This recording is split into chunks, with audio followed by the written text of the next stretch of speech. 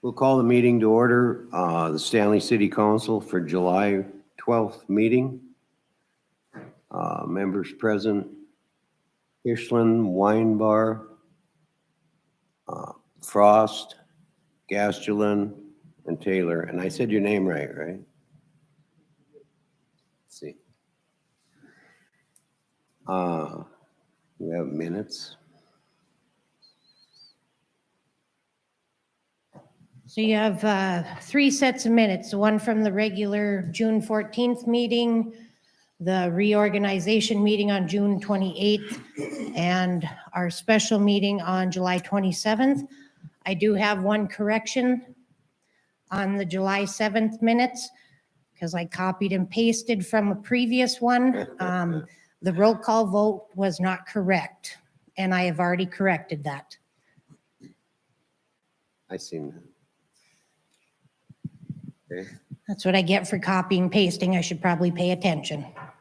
Has everybody read the minutes? They were in the packet, I think, so. You can notice on the special meeting last week, the last vote had me as a A and I'm sorry? I think the last vote had me as voting yes and I wasn't. No, that's why I said it's incorrect. It's actually got Hellman still on it. It's still got Holt on it. Because it was from when we previously approved for Linda's appointment to JDA. But I forgot to change the roll call votes. And that was on the last meeting, last week. Yes, We should be able to approve these minutes all in one, right? correct. Should be. All right. Can I get a motion to approve the minutes? So moved. Second to that motion? One second. Okay, any discussion on the minutes? Any other corrections to them? If not, all in favor? Aye. Opposed? Okay. Planning and zoning recommendations. Mr. Highbrighter. Mr. Mayor, council members, welcome, Mr. Mayor, Thank and the you. new council member. We have our regular meeting the night before your city council meeting. And we met last night. Our first order of business was a replatting of lots for Larry and Connie Fawcett. It's at 505 4th Street Southeast. And they're replatting for the purpose of selling. And as of last night, the plat with corrections did not come back yet. So we made our motion to approve it contingent upon return from the courthouse with the corrections and the everything the way the county wants it. This is just going from meets and bounds to legal description, right? Correct, yes. Pretty procedural stuff. Yeah, it's the same thing we've done many, many times. The state has a law that says that if you're going to sell a piece of property, you can't sell it as a meets and bounds. You have to sell it as a platted property. And the county courthouse has accepted that law of the state and are demanding that we have everything replatted. So it's been quite a standard formality for the last few years. Anybody that wants to sell has, if it's meets and bounds, has to change it to a plat. Okay. And these plats, for you that aren't aware, they are, once it's turned in here at City Hall, they send it to the courthouse for review and approval before it's acted upon. On this one, they found a mistake. The county did. So they sent it back to the engineer or surveyor for correction, and it's been corrected, and it's back at the courthouse being reviewed. Okay. We need a motion on that one. All right, That's I will move to approve that contingent on the contingencies that the P and Z committee had stated. Is there a second to that? Second. Okay, all in favor signify by saying aye. Aye. Opposed, same sign. And that motion carried. Our next order of business was a variance was submitted by Linda Adams. They live on First Street at 314 First Street Southeast, which is in the street to the east of here that's being redone. On that block, two of the properties do not have a retaining wall. They've just had a sloped grass. And in this redo of the street, they're going to take out the retaining wall on the three properties that are left and slope it. And she came for a variance because the city ordinance rule book of the planning and zoning says that a boulevard must be seeded in grass. And she was requesting paver stones to be installed on the slope of her property. And after she said what she was going to do and how they planned to do it, a motion was made in a second and voted on to approve her variance for paving stones on that slope in front of her property. And they're just gonna lay flat? Yes, on the that- slope. On the slope? From the curb to the sidewalk, they'll, on that slope. And it's only, this variance was only for their property, for them and their property. It was none of the others on that block. Okay. The rest will still be seeded into grass. The sidewalk staying the same height, right? I don't More or know. less.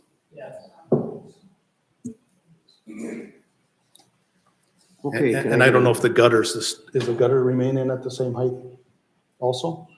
Curb's gonna be a different height. Okay. Is, are they doing that work, or is she just? They're gonna do it themselves at their own expense. Can I get a motion to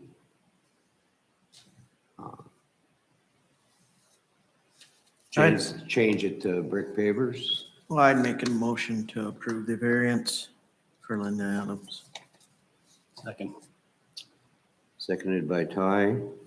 All in favor signify by saying aye. Aye. Opposed, same sign.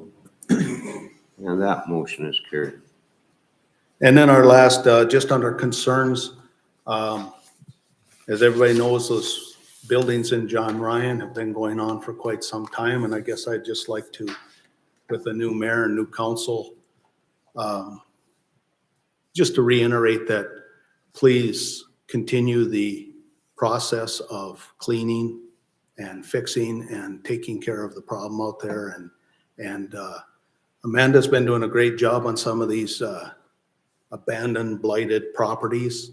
A lot of hours have gone into lawyer work and letters, and please give her the support she needs to continue this and, you know, get the lawyers going on this and keep them moving so that this can continue and we can get this cleaned up around here and turn our city back to the way it should be. I agree. It looks tough out there right Yes. With that, that's all I have, unless you have any questions or anything of me. now. Anyone have any questions for Todd? Nope, that's it. Thank you. See you next month. Thank you.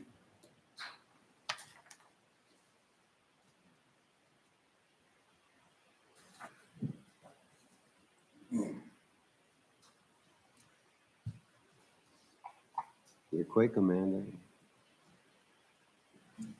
Good evening, Mr. Mayor, Council. As you can see on my ongoing list, we are still very busy within the building season. We do have mostly some driveways, fences, decks for the personal residents. We did have a demo permit for a garage that is in our extraterritorial just to the east of our landfill. We had one sign permit for Brandy Larson. Her building is just on the next block on the side. And then 2 special event mobile food permits. One was for the July 4th weekend, and the other one is for Crazy Days coming up in August on the 4th. So if anybody has any questions, I would be happy to answer them. So that street's pretty torn up right now. Which street, ma'am? The first street southeast, Yes, ma'am. right where it's gonna go to. Is that gonna be done, or is the activity's gonna carry on right where it is? or- For Crazy Days, ma'am? Yep. I believe that it is going to be taken care of. I don't think it's First Street Southeast. I think it's First Avenue. Says First Avenue. Yeah, I'm sorry, First Avenue. That area, it would be right in front of the old post office. Yep.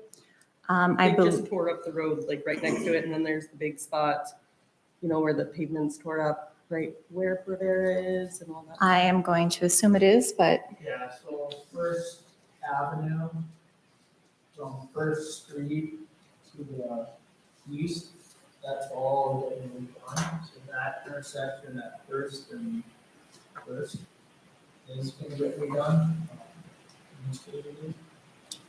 August 4th. It won't be. So George, you being on the committee, will make arrangements to make sure everyone is safe in that area? I don't do any of the street closure. That part, I only just do I that. work right across from it, and I watch them speed back and forth, those dozers, like crazy fast, so I just concerned with kids in Crazy Days if there's ongoing construction right there. I will definitely reach out to Becky. Would that be the easiest person? Reach out to Becky Gettle? Okay. And let her know your concerns. Does anybody know anything about the other spot that you brought up? Because you're talking about right in front of the old care salon in between. USDA building, so it's like right on the side of our building, which is, I mean, right here. Yeah, and then, but there's another spot that's right by Bavera. Yep, Did that you part's mention that? torn up right there too. I haven't heard anything about that. That wasn't a city project or anything. That was where Norman Mill had his sidewalk redone after they had the water and stuff done. That got poured today. So I am confident that that will be taken care of prior to. The street will not. I'm assuming that it would be, I don't know if they have intentions of bringing in like black dirt or the crushed asphalt, packing that kind of in with the city with one of the loaders, or how they're planning on doing that. I can ask Curtis and find out, because I know that was tore up. Scott Cudmore did that when they replaced the line. So I'm not sure how the Public Works would take care of that side. Isn't that the people that tore up the street, it's their responsibility to replace it what it was prior to this? Generally, it is, yeah. That's kind of why I bring it up, because they haven't approached us as far as I know about fixing it or not fixing it. So whoever is responsible for, whoever got the service of the water repairs. But typically Scott, like when he's done stuff for us, I mean, that's right in his price. Right. May I speak on this, Mayor? Yes, you may. So I have talked to Norman Mill, and I have talked to Curtis about this. We will be responsible for most of the street repair because they couldn't find the curb stop and end up digging out further than they needed to, and the curb stop is our responsibility. So I'm guessing once we have Bechtel paving come in and patch other areas, I'm guessing that's when that will get fixed. The sidewalk portion, Norman Mill actually decided to rip out the other half and is going to have all of it redone. Which is what they paved today, was that whole section of sidewalk. Okay. Just for the people involved with Crazy Days, probably can't expect that to be paved Okay. before. I will let Becky know that. George? Do you want to, I'll share the mic with you if you want to come up. I guess putting my commercial club hat on here for a minute, does the council have any wishes on how they would like us to proceed on that? Because as of now, I believe there's like bouncy castles and all that scheduled to be in the old post office parking lot. behind Rivera there. Our cash cube, all that kind of stuff is supposed to be lined up on that road. I guess my opinion is use it as you did last year. Block the street off. Yeah. And it's just gonna be the good spot in the street where the water sewer will replace it. It's nothing different than from the fire hall. So As long as it gets filled back up where it's not tripping hazard or where anything's dangerous there, I don't see a problem with that. And if we need to, we can caution that little section off. It doesn't, that part's not a problem, I guess. I just wanted to make sure that, because if we close that street, we're gonna have to make sure that the work zone closes too, because there's an awful lot of people going through there. So, Donovan, do you know what their work schedule is that plow? Not, I don't think that they would get any aspects coming next week. But will they be working that weekend where, well, it's a Thursday, so they would, right? August 4th, you think? August 4th. Just the 4th. Just the Thursday. This is good. Yeah, maybe. But that street's not gonna be poured out from Main Street, that first block, right? Right, from First Street over to Main Street, that's not. So it's not Just the impacted by the avenue. project, so. It's right at that corner. The corner's touch, it's just a lot of construction traffic for a lot of kids being right there. But as long as that's blocked off, East end of the road. we can also, Parents are gonna have to be parents. we can also discuss with the committee about setting it up so that maybe like the punch cards and things like that, the kids can do the stamps they can put on as they go, start down here and end up there. So there's not excessive parking up there, that kind of thing. There won't be any. Yeah. So we can make those arrangements to make it easy. Are you do want to do something? You're not letting over on this. Well, that's why I thought I would interrupt. Let's approve Amanda's report and then we can just move right into their request and finish discussion or approval of it. we can do that. Can I get a motion to approve Amanda's report? So moved. Second. Any discussion on it? If not, all in favor signify by saying aye. Aye. Opposed, same sign. Okay, Thank you. thank you.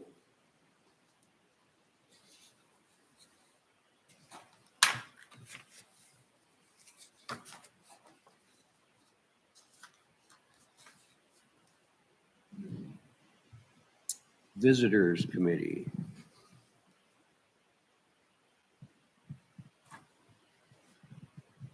Okay, do we want to proceed with finalizing approval of the street closure? I would make that motion. Yeah, we can do that. Second. Okay, we've got a motion and a second. Any discussion on it? Excuse me. Hearing no discussion, all in favor signify by saying aye. Aye. Opposed, same sign. Okay. Now the Visitors Committee. George, you have the floor. Thank you, Mr. Mayor. First of all, good evening, everybody. Good to see you again. Flickertail Village was the only application we had. It came in after the last council meeting, so they put in for some of their fundraising and staffing efforts for the car show. The commercial club actually ran the car show. They hosted us and it turned out awesome. But as far as the visitors fund, promotion, advertising, all of that, we recommended approval for the full amount of $5,625.89.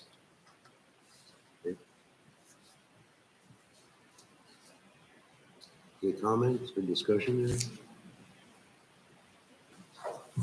If anybody didn't make it out there for that, it was pretty cool. That was awesome. Yeah, I I have thought some it was great. pictures from the top of that train car, looking down at all the cars and people.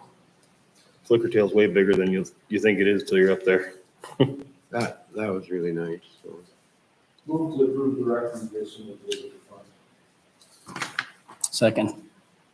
Motion by Hirschland, second by Taylor. All in favor signify by saying aye. Aye. Opposed, same sign. Motion carries. Thank you. Thanks, George.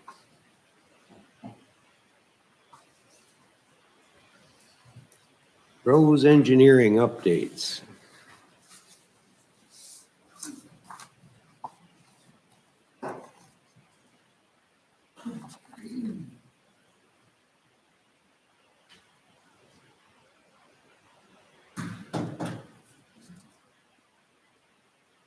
You're getting around a little better there. A lot better. Today was supposed to be my last day of physical therapy, but Taylor was gone, so next week, last time you see me down there.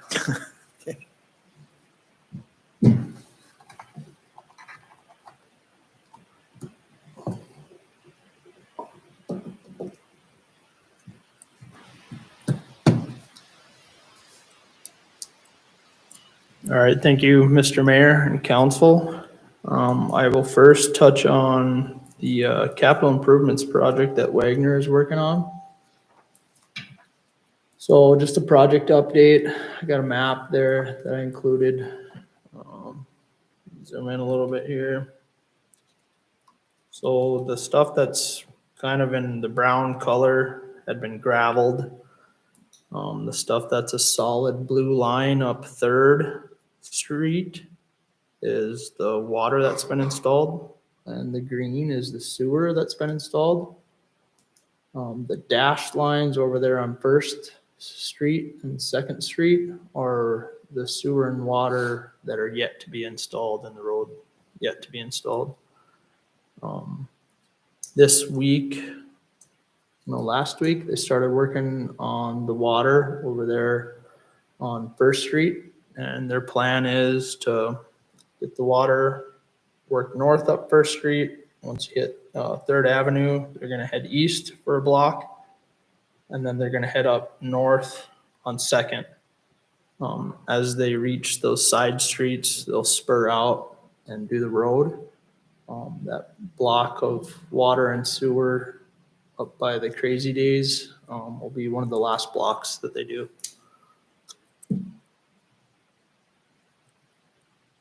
So that's a quick update on that.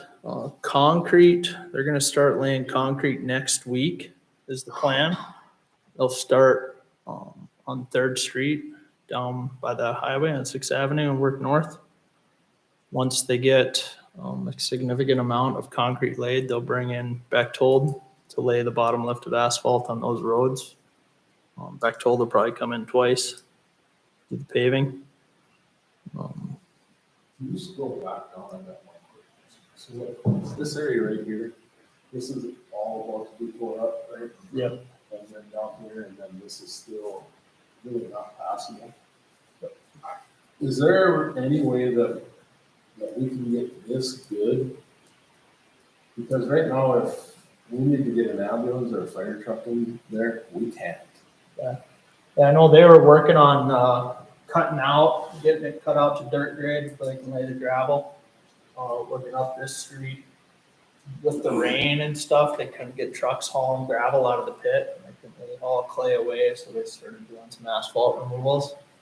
But that is the next goal, is they're gonna get that gravel. They're gonna get it gravelled. They're gonna haul it today, tomorrow, and Thursday.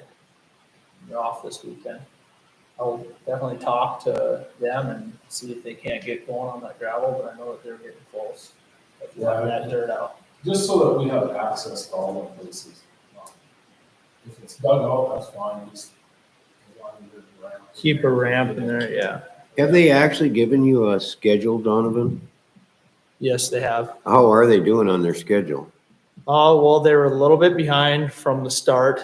We got the snow, so that pushed them back. So then they gave me a new schedule, and basically all they did was they shifted that, 3 weeks or whatever the case is.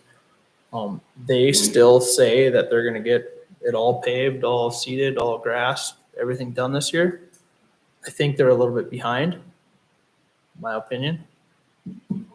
Yeah. These rain days can't have helped them. you know.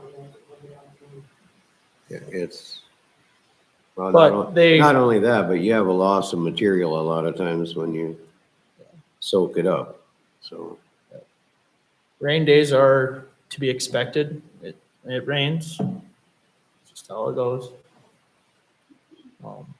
Whether if we've got more rain or less rain than what we've got in years past, I don't know. Yeah, I think the calendar month, I think they allow for 3 days or something like that, or 2 days. They Typically, really, but kind of depends on what everyone's thoughts of what a typical rain season is in North Dakota in this area. But yeah, they still say that they're going to get it all done. I think once the concrete comes in, you'll start seeing the blacktop. I think it'll start coming together pretty fast. It's that underground that takes so long. Then one other quick question, the trucks that are hauling this mill, are they all traveling on roads that are going to be put up this year, or are they traveling on roads that are marginal, but we don't have them in the plan to be changed this year? Because if we're destroying a whole bunch of road, we get that swirl out, and there's different path that we get out of roads anymore, because there's no guarantee of this. Yep. Yep, I agree. Yep, so we've talked about them and told them numerous times, no hauling material across roads that aren't going to get reconstructed. So they have been using 3rd Street down the gravel that they've laid and Reservoir Road, which is a truck route for the city. there's a ton So, limit on that. yeah, so when it rains, they can't get out, they don't haul, so. As long as it's as limited as possible, so that we don't get. I forget what the streets, in this condition, because of the project, So empty trucks, they have driven across the marginal roads, but yeah, we've told them a couple times and they've been really good. I haven't seen a loaded truck, so. The question was asking me today, so. Yeah, no, that's a good question because the roads that they do drive across that we are replacing, they blow up right away. They do. Yeah. They really pumped, Yeah. but Okay. So next I want to talk about shared service lines. And so what a shared service line is one service, water service coming off of the main and it goes to somebody's front house and then it Ys and it splits to 2 different houses. So the city during the design phase, they did a pretty good job of, they're like, yeah, we know this one is, or this one might be. And so all those lines, we had a pretty good plan of figuring out how to do it. And we talked to those owners and let them know, like, you're on a shared service. And most of those owners wanted to get off of a shared service. So John Lynch was one of them. He had plans to have Scott Cudmore reroute his services. There was a couple other ones. And then there was some that we could just do as part of the design to make sure they got off of a shared service. But as we're coming across this project and doing work, we're finding that there's potential for more shared services. So this one right here up on the screen, this is Richard and Joanne Keebler-Solberg. He was one that contacted me during the design and said, I'm on shared service, I want off of it, what can I do? So his shared water and his sewer runs into Cliff and Judas Scars to the east. And then it runs into the mains on the east side along 2nd Street. So for his, we're going to take the water up north to the water main up there and the sanitary sewer to the north as well. So those are easy fixes. Next, we got John Lynch. John Lynch is a very similar situation that I have a block down for Kayla and I can't remember the other guy's name. Kyle? Austin Hoover. Yep, Austin Hoover. So keep this situation in mind here. So the best of our knowledge and the best of the city's knowledge, there's one water service that runs to the middle of their house and then it Ys off into 2 different curb stops. So they can turn each person off, but they come into a shared line. Sewer, John Lynch said that he's on a shared sewer because when his backs up, somebody else's, his neighbor's backs up. So John Lynch had plans way in advance that he's gonna redo his sewer and his water to the south side. Great, we can put the new services wherever he wants and he'll tie in. So next is Kayla and Austin, a block down on Second Street there. This is likely a shared water and sewer line. Originally, the city had marked a curb stop right in front of Kayla's house, but we've come to find out that that's not actually a curb stop. So when we seen that that was a curb stop, it was pretty safe assumption that they weren't on a shared line. But now we found out that that's not a curb stop. And this situation is the exact same as John Lynch's. So back in the day, I mean, even still today, it was a lot cheaper to put everything in one trench, dig one line, lay one line. So I guess what I'm getting at is, how would the city like for us to approach these two owners, I guess? I think it's Public Works, and, you know, I talked to Chad and Zach and some of these other people. It's better to not have a shared service. But this situation, and I don't know this 100% certain, it's likely a shared service. So Kayla has called me and said that she was interested in taking her service all the way to her house, but she might have to do some replumbing or something that she might not know of. Same thing with Austin. First concern that comes to my mind is we own that for that curb stop and we shut it off to their house. So that, this one that we're looking at right here, that's roughly 80 feet into the property. If that water line breaks right before that curb stop and washes them all around the basement, Well, the other problem is if you got a shared service, it's on one or the other's property. Yeah, and so that's, we don't know whose property it's on right now because we don't know exactly where that line's at.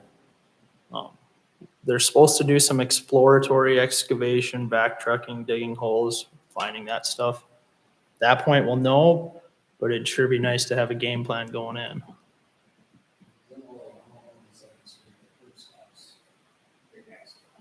Yeah. So, there are fresh pins there too. I mean, we used to actually put it on the property line and we laid two separate sewer lines. Of course, the water lines were separate because they were 10 feet off on each side, but and it's possible that they're not, but I mean, the indications that I've seen is that it's likely that it is. you know, I'm sure you're gonna find more like that. And there's some weird, Stephen Douglas's, he has a shared sewer, but we had that situated. He must have a shared water too, because he was off on water when he shouldn't have been off on water. So far, what's the feeling of those property lines? Is that something that we're willing to take on to get water to the curb stop? Yeah, From the curb stop to the home. yeah, like Stephen Douglas, Joanne, John Lynch, they've all, you know, said, I want my own, I'm willing to take that on. You guys do it to the curb and I'll take it the rest of the way. Or I'll hire someone to take it the rest of the way. I think that's the best bet, actually, because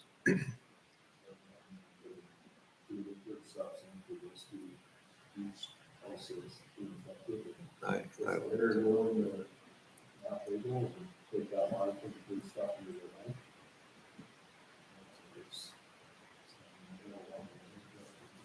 well, I'm not so sure, even if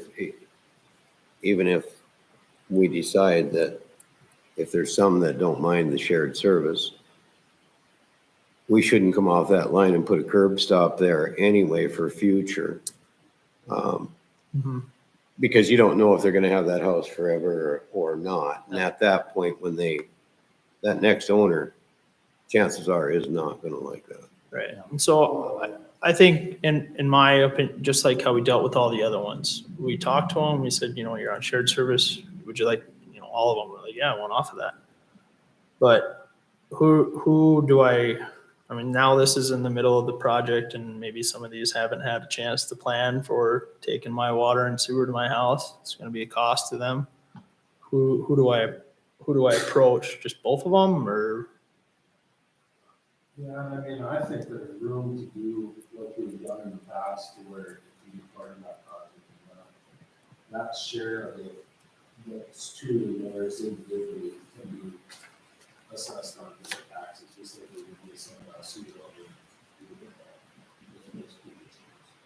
I would be comfortable with fronting that money so that we can get this right and fixed. They can get it into their house. And we can help them with affording it by spreading all of this. Because I don't think it costs.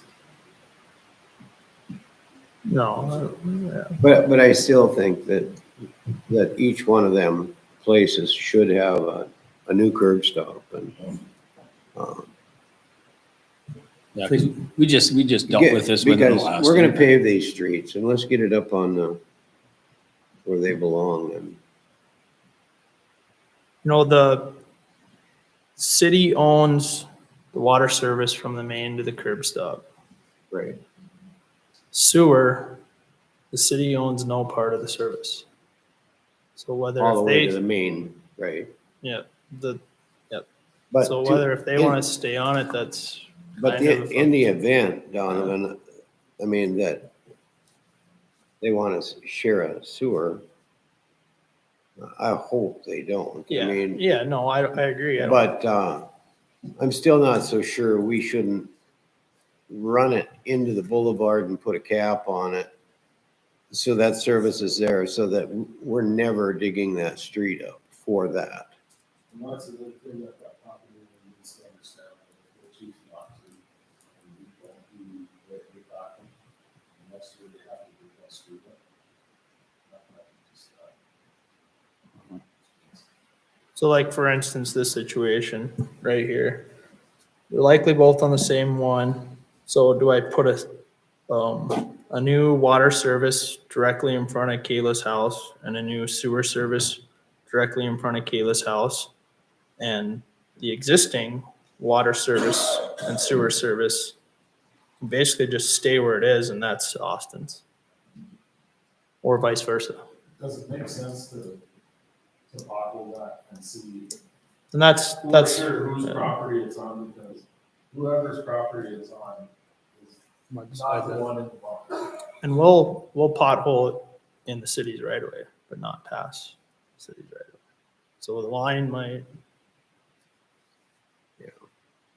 So it's, I mean, if it's right on it, One thing I don't think we will know, and the property owner might not even know, is how difficult it's gonna be internal to their house to make the water go out a different corner of their house or the sewer go out a different corner of their house. So That's I mean, the they gotta issue. figure that out, but I think we just stub it in. We need to give Donovan some direction as to But you should, which one gets it stubbed in and which one gets to keep the existing location, but like I you should said, have a pretty good idea, though. I mean, you know where the line is, so you know what side of their house is, the basement is coming out. But for instance, the one that wants this, which is all itself. John Lynch, yeah. So that's a pretty, that's the top order when the sewer goes north and how to put it itself. Yeah, you- That's not just. So like I said, Kayla did call me and said, I'm thinking about replacing my sewer service from the curb to my house. Can I get Wagner's and maybe a couple other contractors' numbers? So I gave it to them, and she's talked to Wagner, and they're busy, as you can see out there. So they're like, well, give us a couple of months before we even really get up there. I got stuff I need to be doing rather than try to figure out what you're doing. So, like I said, Kayla's interested, but she might not know that her water is shared. So I would like to just I think you talk to both of them and let them know. But as far as who gets, Maybe there's a shared deal. And maybe those neighbors aren't getting along. I don't know. So, We're future owners. I mean, nobody knows how long they're gonna stay in an area. Exactly. So what black and white direction do we give him right now then? Well, one of them, I think, is I think we still run services up out of the street, up to the boulevards in Calhoun, regardless of whether they use them or not, for our benefit, so the street doesn't get to it. Yep.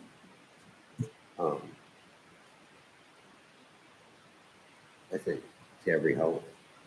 It's just, that's on all these lots, that's the way it should be done. Otherwise, even if it's some of these houses that are abandoned, I mean, if we don't have a curb stop there, somebody comes in and develops that lot, they're gonna be digging in the street and they're gonna have patches, 8 patches. I bet it is. I don't know. Have you found any lead? Yeah, I'm gonna talk about that eventually. Easily from their house to the water or to the sewer, too easily to the house.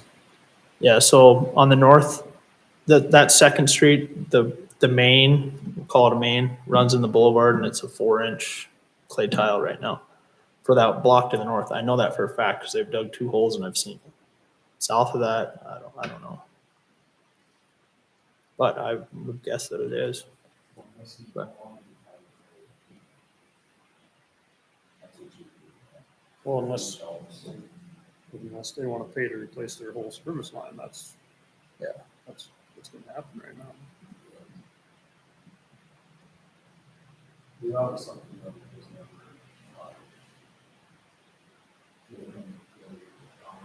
But I mean, I guess that's their option, but we're gonna run PVC up on. yeah, we're up running into the to the boulevard. boulevard, yeah.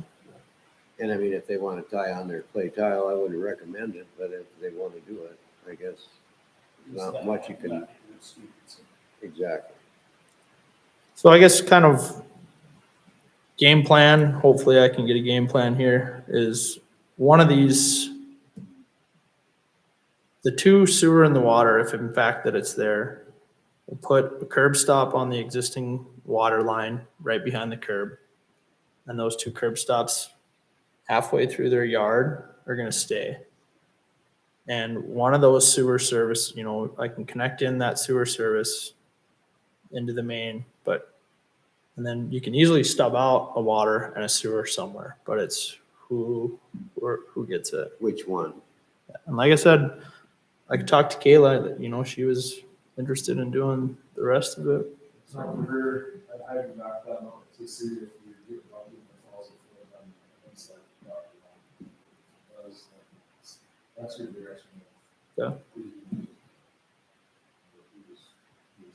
Yeah, that's about all you can do there. Yeah. And we'll start into the boulevard that we're talking. I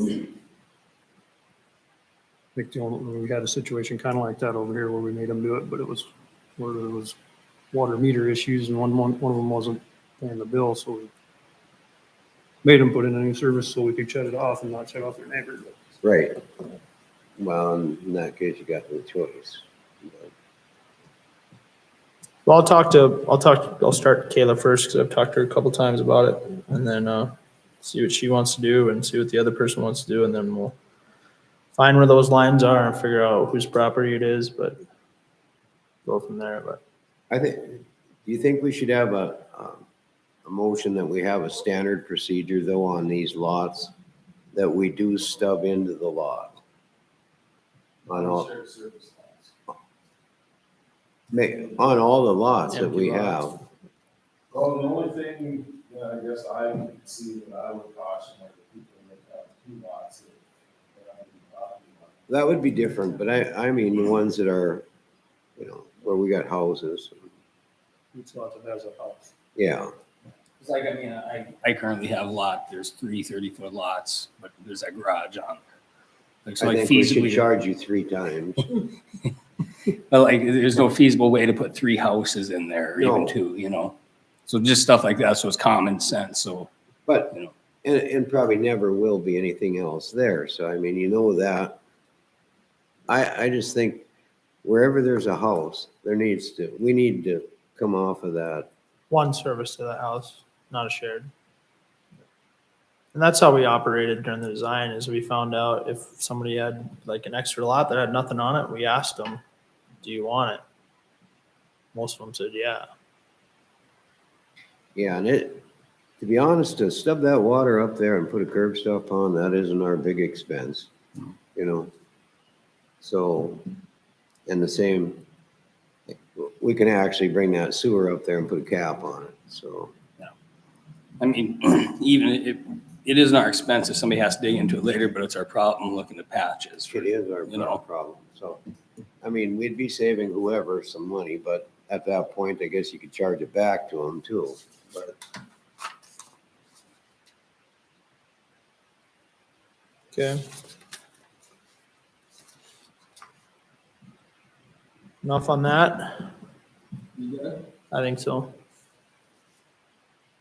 All right, so Chad and I went for a drive one day, just talking about the project, looking at different things. One of the things that he mentioned to me and asked what it would cost. So Boulevard topsoil. Right now, Wagner's price for imported topsoil is $15 a cubic yard. And if they removed that existing topsoil because it was junk, they got to haul that away somewhere, right? So they've been hauling it out to the dump ground. That material is $14 a cubic yard. So if we cut out every boulevard on every block and brought in new topsoil import, it would have roughly costed, just to bring in that material, not to seed it, just to haul it away and bring it back, 35 to 40K based on their price. And I just did quick math. We got 21 blocks. We got 4-foot boulevards. We got 2 boulevards on each side. There might be some that doesn't. Roughly, that's what we're looking at. Whereas if they like stripped the topsoil and saved it and salvaged it, and then they came back and they laid it and blended it in the existing boulevards, kind of like how this picture is shown down here on the bottom, that's about $8 a yard, which is roughly about 11 grand to the project. So it's half. Yeah. So Chad just kind of wanted me to, I agree, nice topsoil is nice, but it's also a little bit more spendy. But I think it's a better way to go. And we do have, topsoil import because we know there's gonna be some spots where it's gonna be needed. Is that, yeah. And that was my question. I didn't know. So, but when you get into some of these boulevards, the minute you start rolling that back, some of it's gonna be all clay. There's this much black dirt. Right, and that So was there's it. nothing to save there anyway. And I've, whether this was right or wrong, I've told the contractor, like, if you see someone's yard that looks really nice, can we really not put anything over? Like, let's try a little harder here. So. I'd just as soon see them use just import the black dirt. It's it's an easier way to do it. Then there isn't, it isn't all mixed up with a bunch of clay and people complaining about that. So do you think going forward on, what we got, all the way up Second Street, crossed on First Avenue and Second Avenue, tell them to cut all that out and import it all? That's the question, right? I think we should get a change order approved. Yeah, To if do it that's, before if that's what you want to do, I want to do a change order. Right. So. Any other, Will there be like common sense with it, like how you had to tell them to not touch that yard or that one, or will it just strictly be changed that way and they're gonna haul off things that could possibly save some cost? I would say it'd be all the same. It's gonna I mean, be- unless someone's got, you know, like Chad's parents, they had turf laid apparently. And that was one where I was like, guys, let's keep everything away from, let's minimal as possible. Here's a line, don't cross it. But Yeah, and most of those contractors are pretty good about that stuff. If they see something like that, I think Yeah. they're gonna be pretty darn good. And what they've done so far, I mean, they've been introduced, and it's not just, there's one area that was locked up on the grass, and that's a new space, but that's also a. pretty steep one now. Yeah.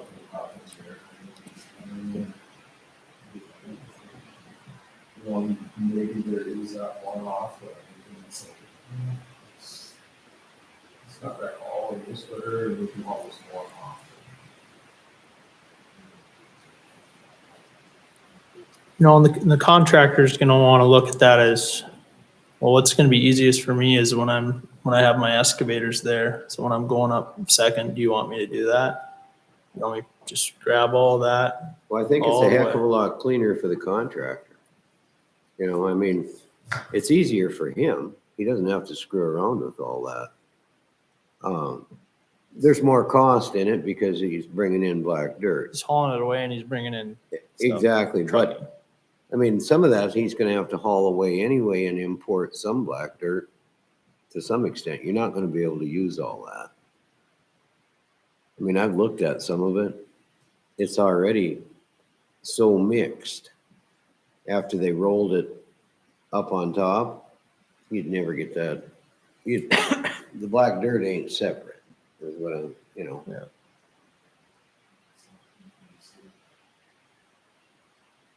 That was gonna be a question, do they have a good source of black dirt? They don't I wanna bring it don't- in something they- that's marginal. I don't remember I don't even think they've told me what pit that they're bringing it from, but there is quantities for it because how we did it, it was, here's your curb. I know that they're gonna dig a foot behind the curb. That material right there, let's just bring in black dirt. But it's when their dozers are coming and trying to cut everything to grade, they clip that grass and it flops over. Yeah. Where if they cut all that out, your dozer ain't gonna hit it and flip it over. Yeah. It is a good spot, just to mess around. And then make 2 blocks? Just to see what it. Yeah, try it. and see.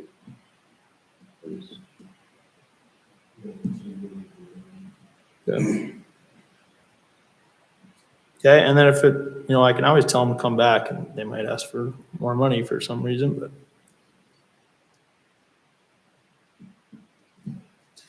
Okay, so going up Second Street, I'll have them pull the boulevards, import new stuff. Do I need motion to make a change order for that? Yeah, I'm so moved.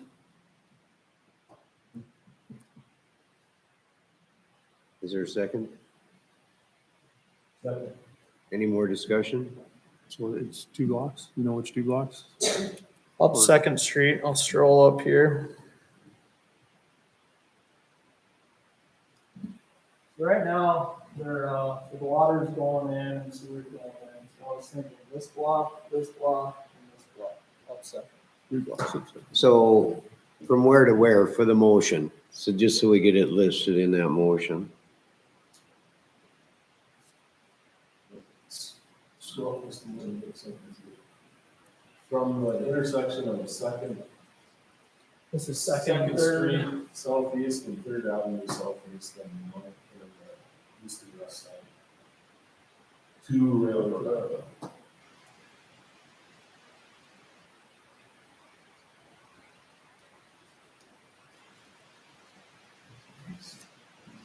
Okay, we had a motion and we got a second.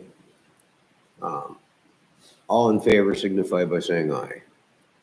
Aye. Opposed, same sign. Okay, for that 3-block deal, we'll come back with a, I guess, with a change order and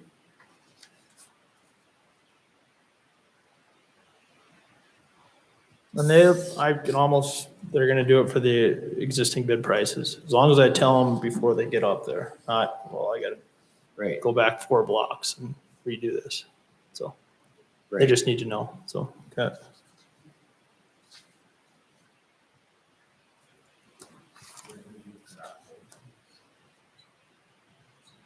It's gonna be probably pretty hard, because they're gonna be doing it probably all pretty close to, yeah.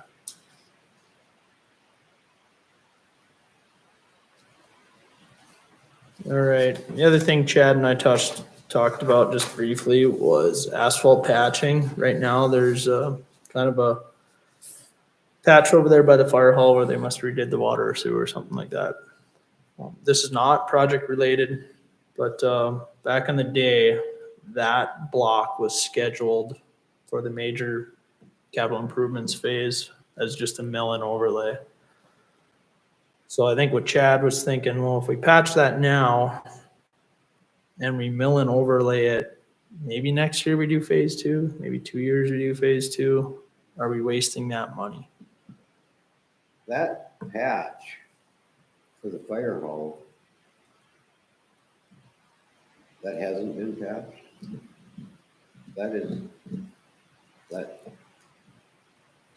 That's got Cudmore's patch to put in. I'm guessing it's getting lumped together with all the rest of it, like the inventory, the rest of it. Well, I don't know, but we paid Scott Cudmore at the time. So that needs to be checked. So I just want to bring that up. What's that? Who paid Scott? The city or fire? Well, ultimately. No, it was under contract. Montreal Builders was under contract to build that fire hall. And so that was part of the water and sewer, initially bringing the water and sewer in off the street, because there had to be a 4-inch water main brought in and then sewer brought in there. But part of his price was the patch. So ultimately, who paid the bill for the Montreal Builders was the city of Stanley Fire Department. It's not a real fire district. It's not a fire. Exactly. But it was under Montreal Builder contract. And the reason I asked was because I didn't know what it cost to patch asphalt. I was guessing a lot higher than that. Yeah, Wagner's price for this project is roughly $100, $120 a ton. So, You're saying that's our. Paid for it though, right? In theory. We'll have to check on it, but that one in particular should be. okay, so Mr. Mayor, you mentioned lead services. That's what I'd like to talk about next. So far, we've encountered 3 of them, all on there on First Street, that water that they put in. So I kind of drew a little map of what we found there. Or did I draw that? Probably not the cleanest map you've ever seen in your life, but let's start down here, south end of First Street. This bottom of the page would be 4th Avenue right here. 324 First Street. So we were digging up that line, and there must have been a patch job on the curb stop. When we got to the curb stop, there was about 2 feet of poly connected to lead going to the main. And on the back side, the house side, there was poly, but there was a private retaining wall. So we did not go into anyone's private retaining wall past right away. So that guy was out there watching us do it. You know, people like seeing those big equipment work. There was only 2 feet of poly coming off that main. Roughly, yeah. from the curb stop. So the curb stop goes up, the main's over here, the house is over here, curb stop, 1 foot of poly on the curb stop, 1 foot of poly on the curb stop to the main was lead. That all got replaced.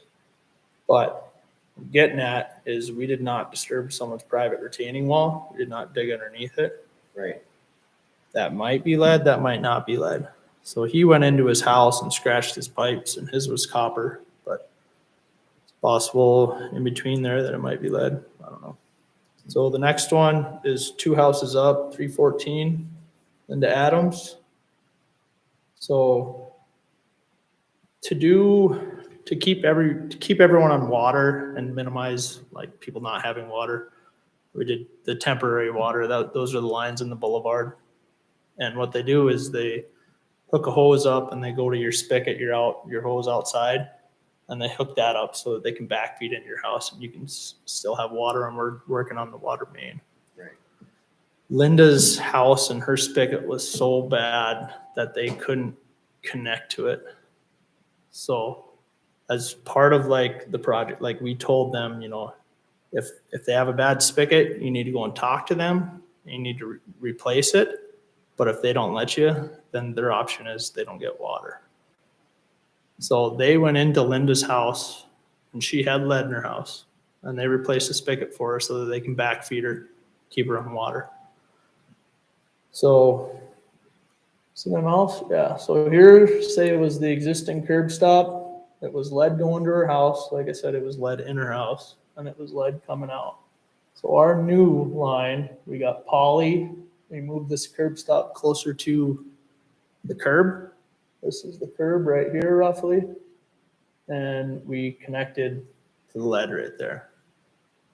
There isn't, I thought they had changed that law. I thought that lead had to be removed. To the main, curb stop to your main. You can't force someone to redo their stuff. It is highly recommended that you tell them that it is highly recommended. About it a few years ago that they were going to, if you had lead coming into your Yeah, house. so we got a letter from the DEQ because we got our plans approved by the DEQ. This is EPA funding. So part of that letter was, if you find lead services, here's your procedure that you're supposed to follow. This procedure specifically talks about you can't force a customer to go out of the city, do it past cities right away. But these are recommended that you recommend to them that they consider replacing it and that they flush their lines. There's a whole list of stuff here. So each one of these landowners that we've found that has lead, we've told them, you have a lead service. Here's the situation, what lead we replaced and what it was like going on the other side of the curb stop. We recommend that you flush your lines, all your faucets for 30 minutes. And every week that you should do that. And you can even get it tested. The city can get samples and get it tested. So 2 of the landowners so far had said, I don't care. Whatever.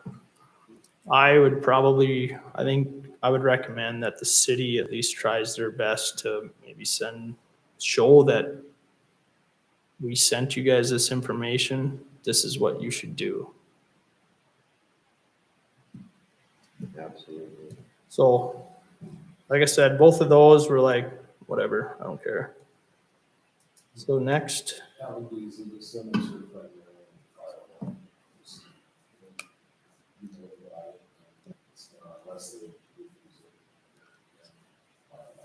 But I mean, the perfect time for them to replace their water service coming into their house would be when they tie in this stuff in. so what we can do, DEQ has a program. No one wants lead anymore, right? It's bad. So DEQ has a program that you can apply for 90% grant from the main to within like 5 or 10 feet of the house. But that money has been used up already. Let's say we run into 5 more, we document them, then maybe phase 2, we add it, we get that grant and we add in. I mean, you got to get the landlord to buy in. You know, some of them aren't buying in, sounds like. What I have said is, you know, you have lead, I would recommend that you replace it, because that's what it tells us to say. Exactly. But keep in mind, you know, you can maybe get grant funding in a couple of years. Yeah, most of in some cases, that's the cost for.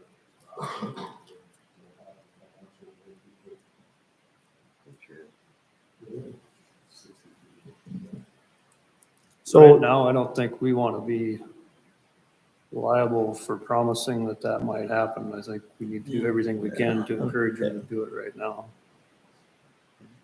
Well, I can't imagine leaving that lead in when they find out, because they've proven that's surely a bad deal.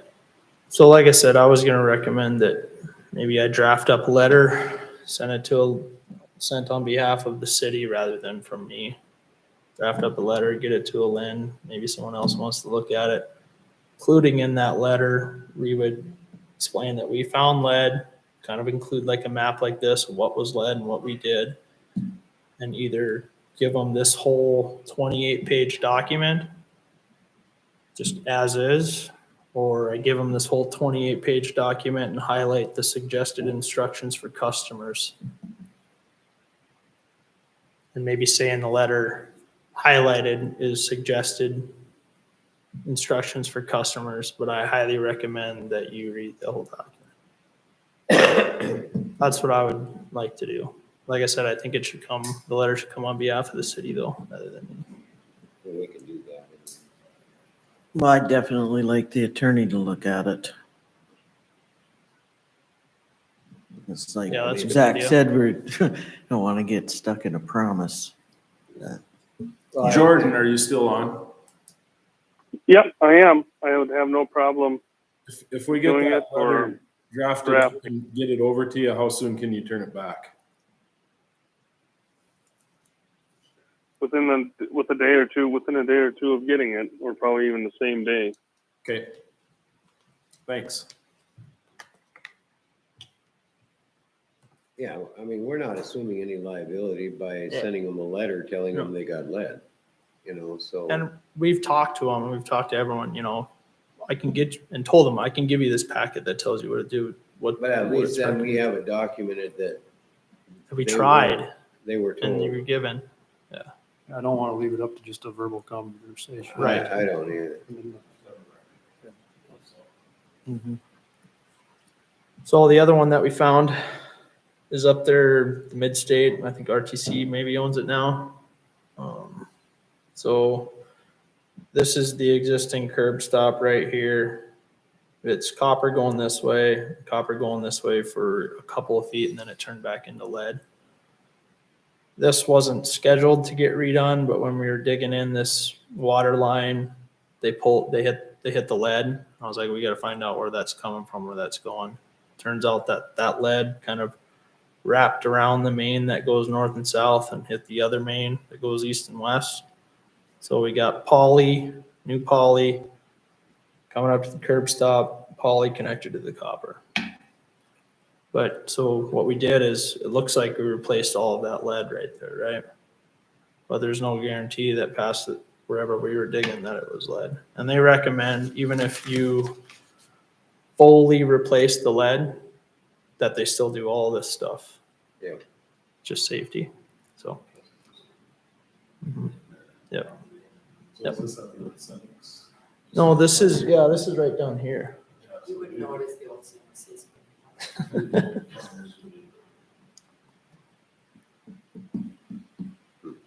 that is all. Well, you did it to the curb stop, so. So this wasn't even really the area that I thought we were gonna run into lead. I thought it was gonna be up second. So I think there's maybe some more coming up. Well, we could just as well get the letter in the packet with the other, so as they come up, we can. Yeah, we should almost, yeah.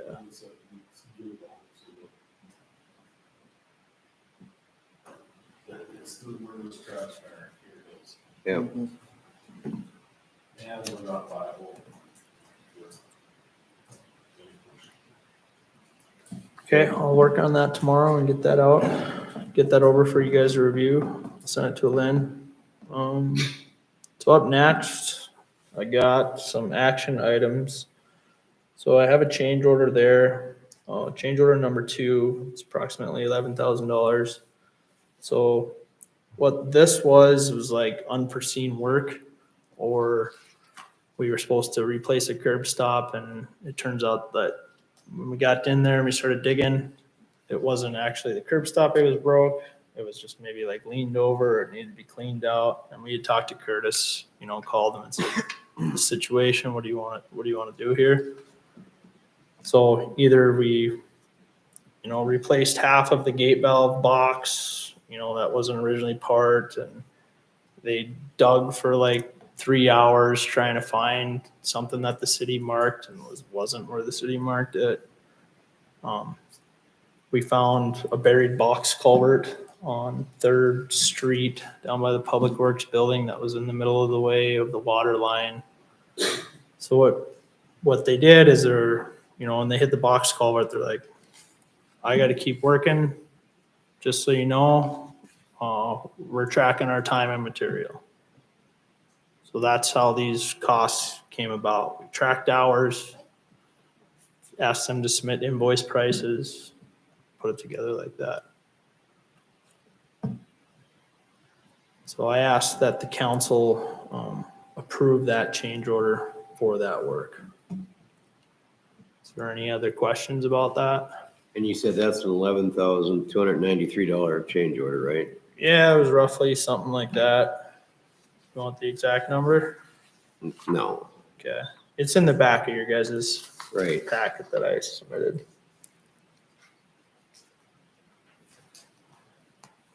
I'd make a motion to approve change order number 2. Okay. Linda's made the motion for this change order number 2. Is there a second to that motion? I'll second that. All in favor signify by saying aye. We should probably do roll call, especially when it involves money. Oh, Sorry, yeah, Mr. we Mayor, can. just- No, I should have asked for any discussion anyway on that. So is there any discussion on that? Or have we covered it? If not, we'll take a roll call vote. Lauren? Aye. Zach? Aye. Ty? Aye. Linda? All right, Chad? Motion carries. Thank you, council and Mr. Mayor. Up next there, I have is the approval of pay application number 3. It's roughly $406,000. It's a lot of gravel, some sewer and some water. It's for that last month of work from roughly 6/5 to 7/2. What's the ad seven dollar? So that's change order number 3, which I'll discuss after. This is the pay app that I'd like to. Oh, all right. Where are they at, Donovan, as far as the percentage of the project so far? So roughly, let's see here. Not, it doesn't have to be exact. Yeah, no, that's fine. It's kind of maybe a little weighted because that blacktop sure costs a lot. And they haven't laid any of that. Right. But so we got $1.1 million of work completed so far, and the original is 4.8. So you're So roughly. a little less, 20%, something like that. Okay.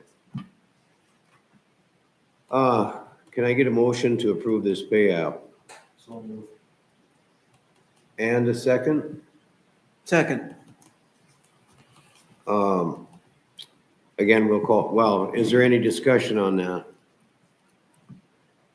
If not, a roll call vote. Lauren? Aye. Zach? Aye. Ty? Aye. Linda? All right, Chad? All right. All right. Thank you, Mr. Mayor and Council. Up next, what I'd like to talk about is the sewer main on First Street between 4th Avenue and 3rd Avenue. That one block of sewer was not included to be redone. this one block of work was a very late add to the project. Must have been talked about at infrastructure committee meetings. And must have been thought that the sewer was in a little bit better condition than what it was. As we're putting in that water line, we're running into clay tile and it's not in the best condition.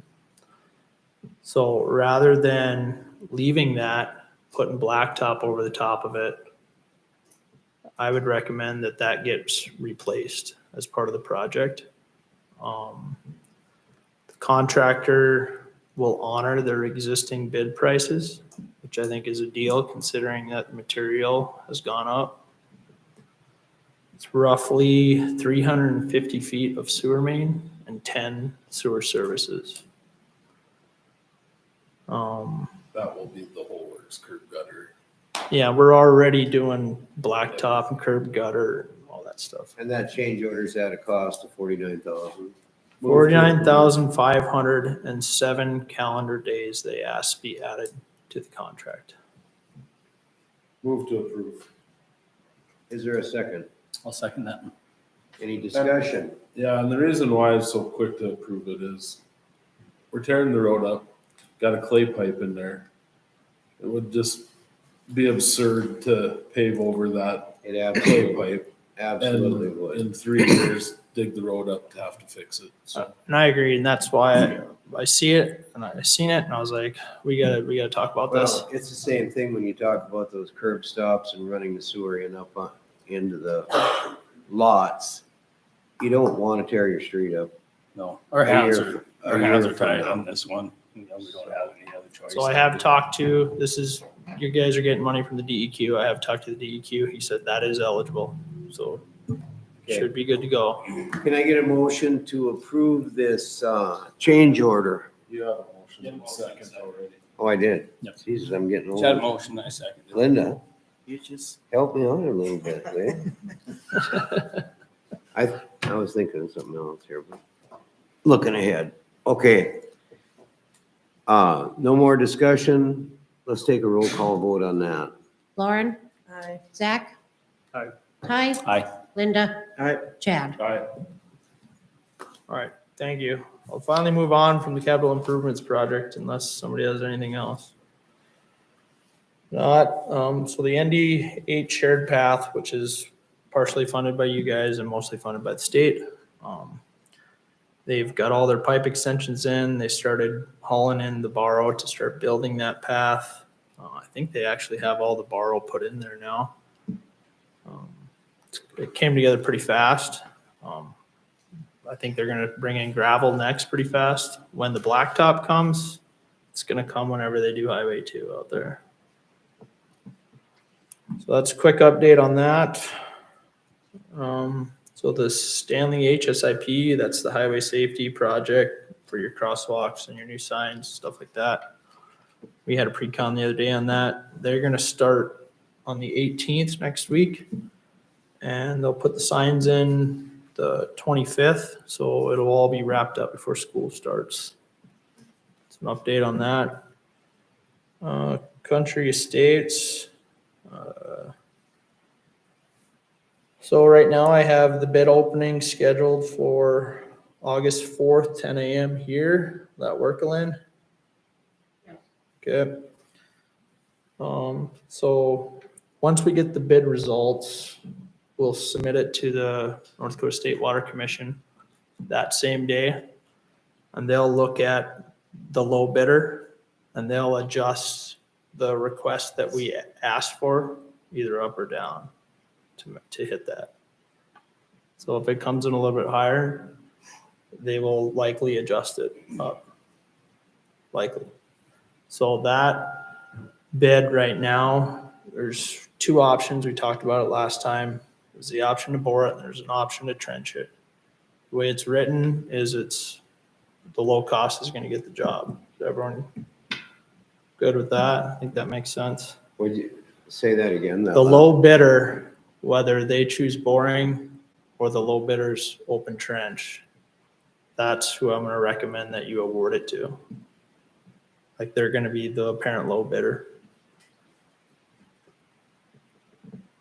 So question on that, if slip board comes in and they're $3,000 higher than excavating, I'm more than happy paying $3,000 more to slip board that than to dig that one.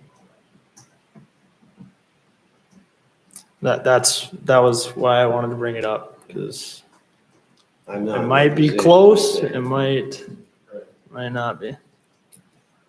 So to just absolutely call straight up that the low bid is the automatic. The lowest apparent responsible bid. Yeah, lowest apparent responsible bid. I would completely agree with you that it'd be worth it not to tear it up out there. I'm just State Water Commission involved. I don't know, are they gonna, I don't know if they're gonna buy that. I don't know if they'll let us do it. Or They maybe let us they'll pay the let you difference. do it and you'll pay the difference. Well, No split. Because it's gonna cost us for 20 more years fixing that settlement. not only that, then they have to, the way it's put in, basically, they're gonna have to take extra precautions so everybody can still get to their houses, and you got fire protection, and you got ambulance.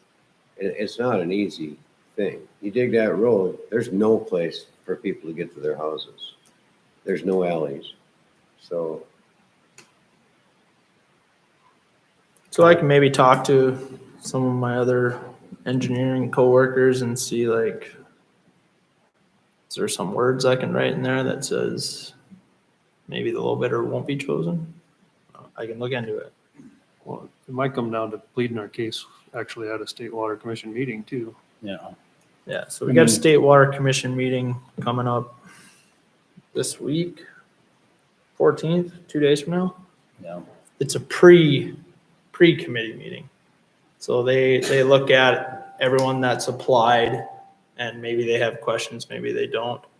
One thing that engineer, I can't remember his name, called me and we got, like, if they open trenched it, we got some gravel surfacing going over the entire top of the gravel surfacing, just because it rains one day when they're digging, it's gonna get pretty sloppy.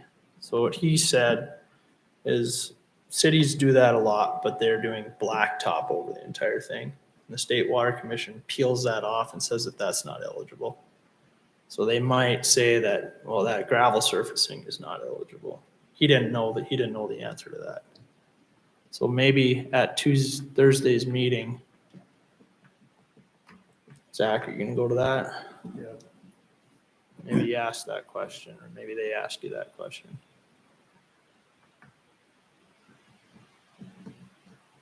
Yeah, it's worth talking about because if it does come in close, I agree. it's not worth it. You're not gonna save that money, it'll be an expenditure for 15 more years. I just look at it from emergency services standpoint. I mean, if we can avoid making more stuff to trip over and drive around, in the event that, fire or ambulance needs to get there, it's better business, because that's kind of an island there once you dig it up. it's kind of the will of the people out there that they do not want to go. Yet they still do understand, that there's 60% funding from the state on it. And I think I could probably find some way to say that it's alternate almost. But you'd almost need to know, I need to know now How prior to much? bidding. if it comes in, Because here's how the much other would it thing cost that to you- where we change our mind and it is worth open? Well, And here's the other. Pretty hard to thing say. we have look at too, is if it comes in at whatever that number is, that's too high. I think there's a chance that the majority of people are just not doing the project. They're just keeping it and that's exactly what they'll do. away. So, I mean, jury's on 3 different corners, really. What's the bid coming in for excavating, what's it coming for support. Well, and I think a lot depends on the bid, what the bid price is. When the bid comes in, a lot of decisions can be made and people can be talked to at that point. The problem with that was the timing of it. It goes to the State Water Commission. Yeah. This month. This is a pre, yeah, this is the pre, so then they'll talk about the project. But 1 week after the bid opening is when they have their meeting. And at that meeting, they'll tell you how much you get. So that's, I think the same day, or no, it'd be after the council meeting. So what I was gonna recommend, if it came in good or not, was that you approve one of the bids or accept one of the bids pending the State Water Commission's approval of the grant funding. Or you hold a special council meeting after their meeting. So. Just something, I guess, to consider, so. I'd just like to ask if Jordan has any input on how to, because it gets tricky not accepting the low bidder in almost every circumstance. If he has any input on how we leave the other option open. Yeah, I've been in experiences where the low bidder hasn't been accepted. And I think if you go that route, you're just going to have to justify it and come up with a rational reason, support your decision should it get challenged. Now, I don't know if you have time to bid an alternative option so that they give you option A, trench, option B. You know, go the other route and see what you get back, and then you can make your decision. But short of that, if you're not gonna give it to the lowest bidder, we're gonna have to come to some type of conclusion as to why. Which, you know, I think there is legitimate concerns with emergency service access and even residential access to get to this property is the way you're describing it to me. So that could be probably a valid reason, but you know, I don't know, Donovan, is there the ability to give or seek alternatives for this project, or is that too late in the game? I don't think, it's not too late because we haven't even advertised it for bidding. There's nothing saying that the low bidder on that package is not gonna get the bid. It's just, there's two options in the package. One's boring and one's digging, right? Yeah, and so I was thinking you could probably have some kind of language in there that says that you got your base bid and you got your option 1 and your option 2. The owner's gonna determine which option they pick. I'm not a lawyer, so maybe that's not right. But No, that type of bidding or you know, request for bids I've seen occur frequently. Yeah. And then, you know, we'll rely upon the numbers that come in, number of bidders, you know, if there's a rough ballpark as to what you think the average is versus maybe you get one that's really low and doesn't feel right.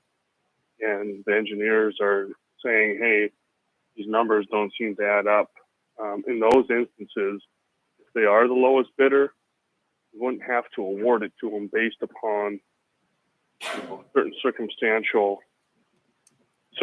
factual circumstances, I should say, as it relates to whether they're actually a responsible bidder. And that's the kicker when you're making that analysis, and it's largely fact dependent, right?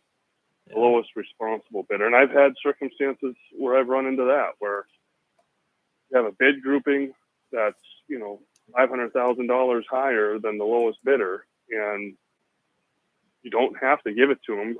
And a lot of times in those instances, what you end up having is if you do give it to them, that lowest bidder ends up coming and presenting a change order for a variety of reasons, and you're kind of right back up into that average bid area. But I think it'd be my advice to probably seek or have a bid with alternatives, and then you guys can make your informed decision. If boring is too expensive, and you try to go with the lowest responsible bidder for open trench. Yeah, that sounds good. You guys got time? I mean, I'd Yeah. kind of like to come out there and visit with you about that tomorrow. Absolutely. Got my number. Look at that, look at the plan and see how it's gonna go out to the bidders. Yep, we plan on advertising, just that last page of my July 20th, 27th. Okay. Yeah, that would be good. And I mean, actually, probably a good thing to do would be to let the Public Works Committee look at it too. The plans? Good spot to bring something into what my business is going with. Prior to me coming on, there was an infrastructure review, I think that's what you call it, with the street that had to look like the time this. Oh, the committee, yeah, infrastructure committee. You were up here talking. So, It was called the Infrastructure Funding Committee. It consisted of myself, the city auditor, Public Works Director Curtis Larson, engineer Jeff Epsch, Councilman Ty Taylor, at the time Mayor Fritz Weisenberger, and Mike Keenek. So they kind of looked over projects, they looked to see, you know, like what you're talking. Since I've come, we haven't done that on any of the projects. I think it would behoove us to have a committee look at these projects prior to it going to bid, so that Diamond doesn't have to try to explain every last in and out of it to the whole group, and we have to hash this out, so we have this to go for. I agree 100% with that.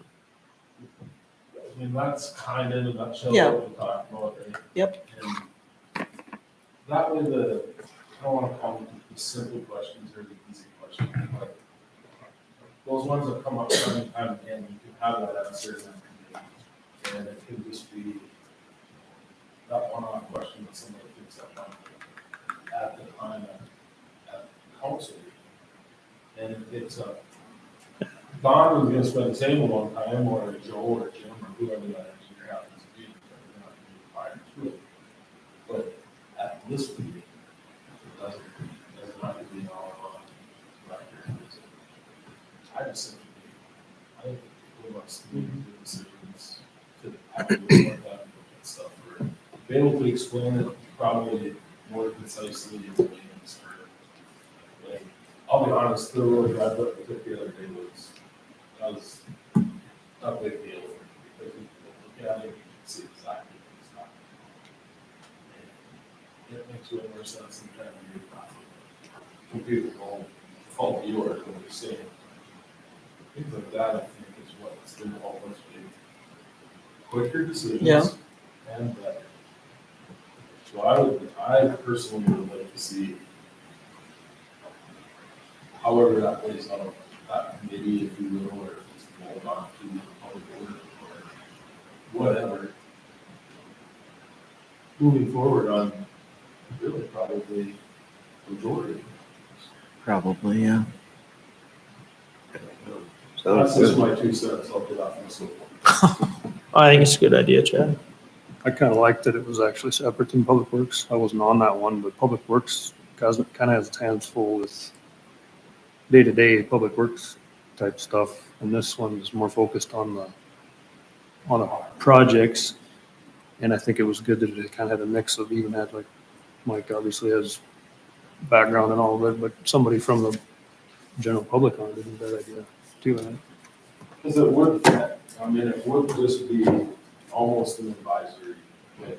There's no decisions that are made there. There's no. Right. It's just a list of recommendations. Yep. So that way you don't have to worry about open meeting violation or quorum thing. There's absolutely no decision. I think it's a good idea. It also gives, like you said, you have that chance to go out and look and see it. So there would be the eyes on it where the rest of us are trying to patch together like a sketch drawing. At least there would be some that, saw it and can better explain or agree that that's how it is.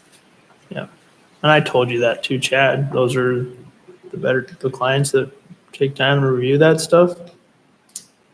Well, it eliminates some questions and the oversights even in a lot of cases. Once you get into the project, oh, I said, okay, I'll bring this that. Well, I guess not to change the subject, but to move on a little bit if we can. This resolution directing the auditor to advertise for bids, that can still be taken care of, basically tonight. Yeah, I see no reason why we That's, can't yeah. take care of that. Yep. But, I mean, I'd still like to see before you send it out for bids, you know. give me a call. I'll meet you whenever you need to. Okay, I'll come over there sometime tomorrow, so. I'll make a motion to approve the call for bids. Lynn, do you gotta do anything? I know I had it in my council items, but I see you did too. Okay, well, I guess I don't know if you need a separate motion, but the resolution has to be done as part of the district, so Yeah. I don't know if you need a separate motion just to authorize them Oh, to. okay. Okay, Sorry, I jumped the gun. I just wanted to make sure that that got done, so. Yep. Okay. A motion to approve the resolution. District 55 is all. We need to have Yeah. Okay, do I hear a motion to approve? I thought he did. Linda? I'll second it. Oh, okay, that's what I Oh, said. that's sure. That's what she said. You guys made fun of me when I did this twice, so. Okay, is there a I'll second? second it then. Okay, is there any more discussion? Question. All right, let's do a roll call vote on that too. Lauren? Zach? Aye. Ty? Aye. Linda? All right. Chad? Okay, motion carries. Good with me, everyone? Yes, I've been sir. up here long enough. Thank you, Thank you, One of Donovan. the longer ones. Appreciate it. Thank you, everyone. Okay, gaming permits. So we have 2 gaming permits, one for the Prairie Rose Golf Calendar, which is a calendar raffle, and that would be from July 1st to June 30th of next year. And the state now has a new requirement that if they're doing kind of a blanket raffle, they have to now provide drawing dates.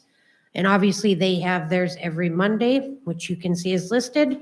The second one would be for the Civil Center for a raffle, and their date of activities will be from July 13th through October 8th, and that is actually when they will hold the drawing, would be October 8th. Motion to approve the gaming permits. Second. Okay, there's been a motion and a second. All in favor? Aye. Aye. Opposed? Motion carries. Okay. Special event liquor license. This would be for a wedding reception and dance held on October 22nd. And this would be the special event liquor license submitted by the Beach Bar. Have you had a chance to look this over, Demetrius? I believe a copy was probably given to Chris before he Oh. left. Okay. I would say, I'd move, contingent on approval of our interim chief to approve this special event liquor license. Second that. Okay, there's been a motion and a second. Contingent upon whether the chief approves it. And so is there any other discussion on this? If not, roll call vote on this. Lauren? Aye. Zach? Aye. Ty? Aye. Linda? Aye. Chad? Okay. Thank you. Public Works report. Okay, I visited with Chris a little bit, or with Curtis a little bit today. He called and apologized for not being able to be here. Lynn did hand out single sheet of bid for fixing the sewer over at the Hunter Firearm where that freezes up every winter. Essentially what, good Don, when you look at this too, I believe what they talked about was coming out of Hunter Firearm and connecting into the manhole and at a deeper level and keeping it in the boulevard, on the street. Pretty much every year since Hunter Firearm was open, they've had frozen sewer line there. And this was, as you can see in the bid here, it's just install a 4-inch sewer line and tap the main at a different elevation. Obviously, they're going to bed the pipe. And then also on top of that, they will insulate the insulation board on that pipe. Okay. $7,800, I guess, to me is a cheap price to pay. We've had to pay jet service from Gustafson every year, sometimes several years. Well, and it's really miserable freezing up in the wintertime. I mean, it's just miserable for everybody. Yeah, that happened last time. No, I don't believe that it does. I believe the sewer line runs on the. I don't think it includes it, but they're gonna go north in the boulevard. Well, right now it comes straight out into the street because there's a main there. So they want to Right.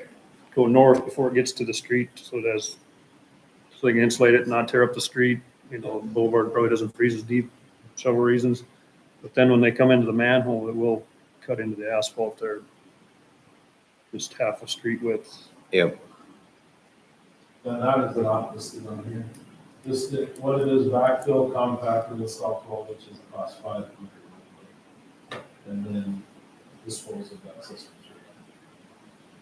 I think we've got a bunch of patch spots that we should try to put together as one package and get a quote from Bechtold at some point, and we could add it in when we do that. Yeah, I think so too. I mean, they're all over. Yeah. And then areas that they're not considering phase 2 or 3. I agree with that, definitely. I mean, rather than trying to get it added into this one, I wouldn't worry about it, I guess. Yeah. Is that it, Judd? That was the only thing that he gave me to talk to you guys about. I guess, to me, I just assumed given on the docket to be prepared at that rate, I stopped that more. Sooner than we would probably. Yeah. Yep. Is that your motion? I'll second it. Okay.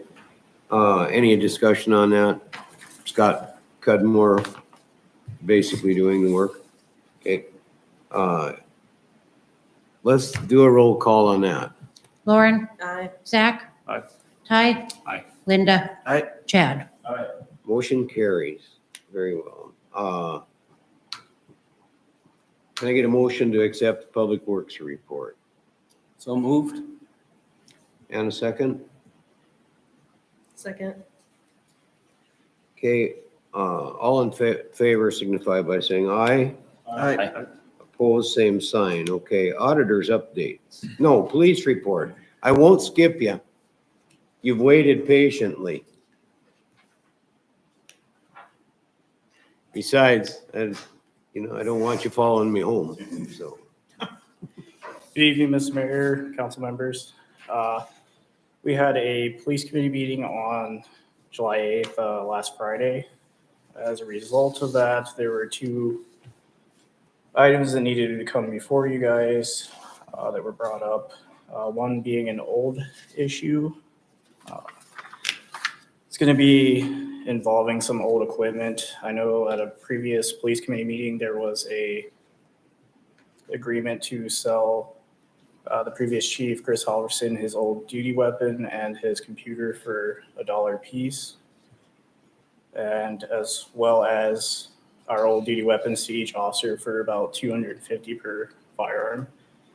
I did look through the computer. We removed all the programs that would allow access to any of the police programming, so it is wipe clean. So I myself would not have an issue with the computer being sold to him, as it wouldn't affect our inventory at all. We have multiple computers still in use. We have a computer for every officer that we'd have. So we just look to get approval for those couple of items, being that they're old issues.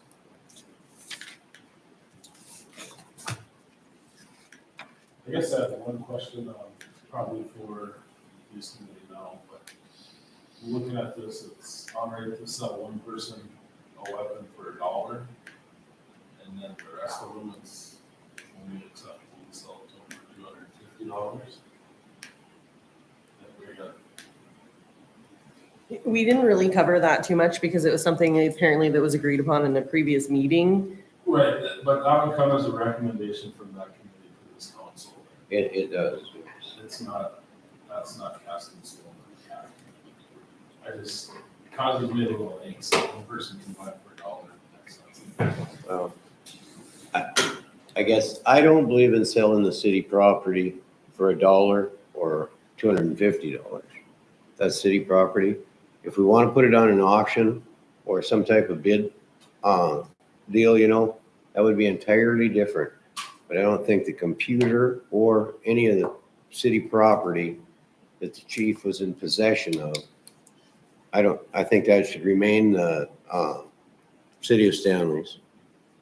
That's my take on it. I guess I don't have an issue with the computer. Chief now has gone through. The reason, and it is an old computer. He's got what he wants to do is continue with his concealed weapon classes. I mean, it really has no use to us. So I don't have a problem with the computer part. He can have it for $1.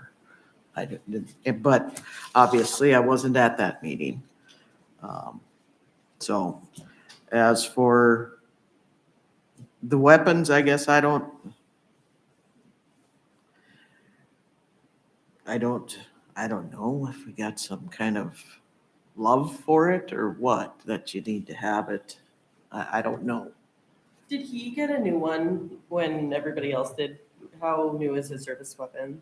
The one that he turned in is the new ones that we had purchased last year. And that's the one that he wanted? No, so the No. one that he's wanting to purchase is our older 6 hours that we had. Is that in our possession? It is. Okay. And I guess where we kind of came up with this is most agencies, when they do switch over to a new weapon system, they give the officers an opportunity to buy back their old duty weapon. Okay. So that's kind of where we're following that. So where does the $1, how do you figure that? Is it just kind of? That was something that was discussed before my time. I'm assuming that it has something to do with the years of service that he was chief of police here, kind of as a last retirement gift to him. So I'm not sure how they came up with that amount, but that was agreed upon before my time. I guess I can kind of see the computer for $1. It's outdated. It's no use to us. I guess I'm frustrated with the way that the last committee was ran and everything that was there. So I don't know if I'm a little biased and not wanting to sell off the stuff. At the same time, I mean, he was the police chief for so long. I can understand the wanting to purchase your previous service weapon. But I also don't think that it's fair that he have a different price than you guys have.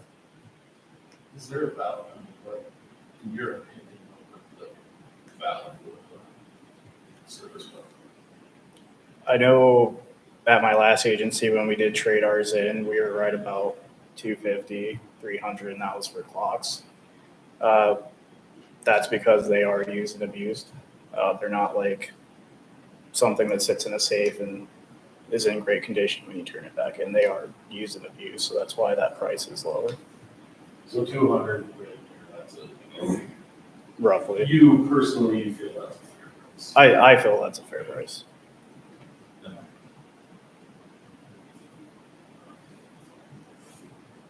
200?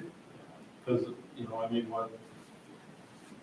what use of our, to us, the city, is, I don't have it, obviously, if it's still good. we would have to- Yes. If we don't purchase them, they're just gonna sit around until we figure out what to do with them. So it's Yeah. just one more liability to have to keep scoring. I think they should be able to purchase it. If not, then I can see it going to auction. But I mean, they've maintained it and they're in that line of duty. I feel like it would be fair and reasonable to offer them to purchase it before it does go to auction. On the first line, if somebody doesn't want to, I can see it being auctioned with the rest or it staying city property. But these are ones that are just going to build collection with all the stuff that's already built collection. I would recommend that we allow them to purchase it, but I am going to say that Chris pay the same price. I would agree with that. And what was that price, 250? They have 200, 250 in here, but 200. 200. Is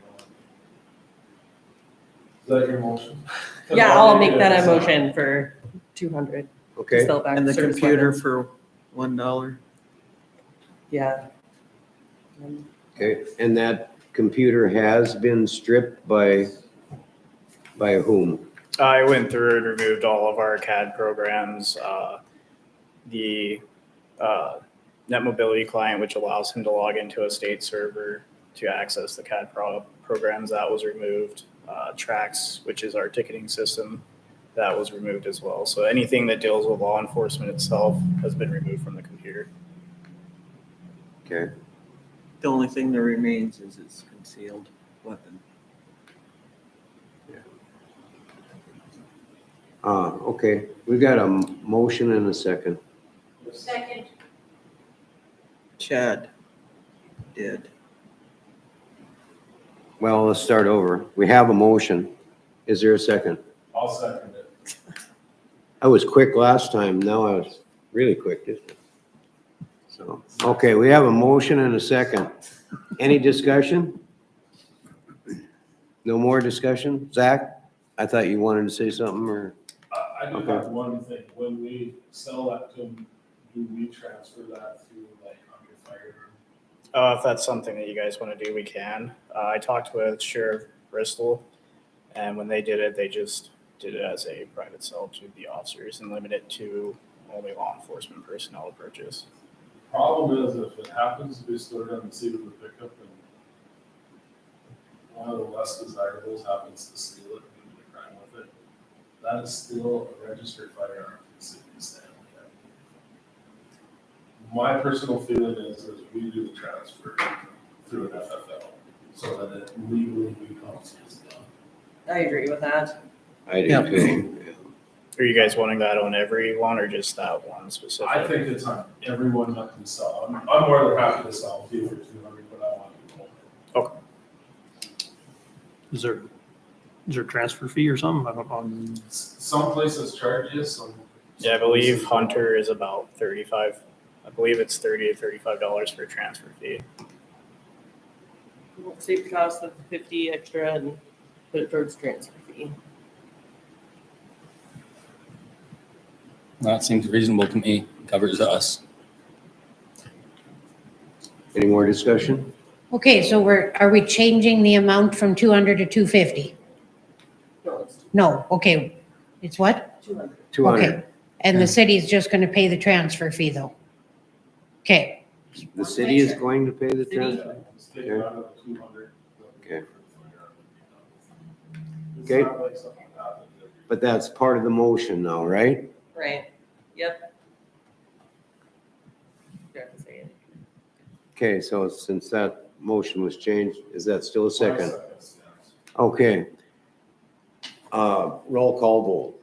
Lauren, Aye. Zach? Aye. Ty? Aye. Linda? Aye. Chad? Okay, covered. The second item that we had that needed to be brought before the council was a proposal to purchase a new patrol unit. I believe you guys have some quotes of that. I've been talking with Guardian Fleet Safety. They're the company that built the K9 unit. They're willing to take our two 2014 units for, they'll pay $8,400 for one and $7,900 for the other one. We also did have a bunch of old equipment in a storage trailer. They're willing to give us $500 for that equipment as well. That would bring the total price of a fully built 2022 Ford Interceptor to about $41,207.95, and they would be able to get it to us by the end of this year. We're looking to try and purchase that this year because if we wait till next year, the price can go up about $4,000 to $5,000. The trades would also decrease in value, and then we probably wouldn't see that unit till about 2024 is when they're projecting those ones be rolled out. The issue is we had purchased the pickup truck for Officer Thomas, so we're kind of looking for options as to purchasing another vehicle for this year. And during the police committee meeting, we kind of spent a lot of time on this, and we were in full agreement to go ahead with this. For our next year, we'll be budgeting for a car anyways, but they can't buy one next year because we're going to be using this one.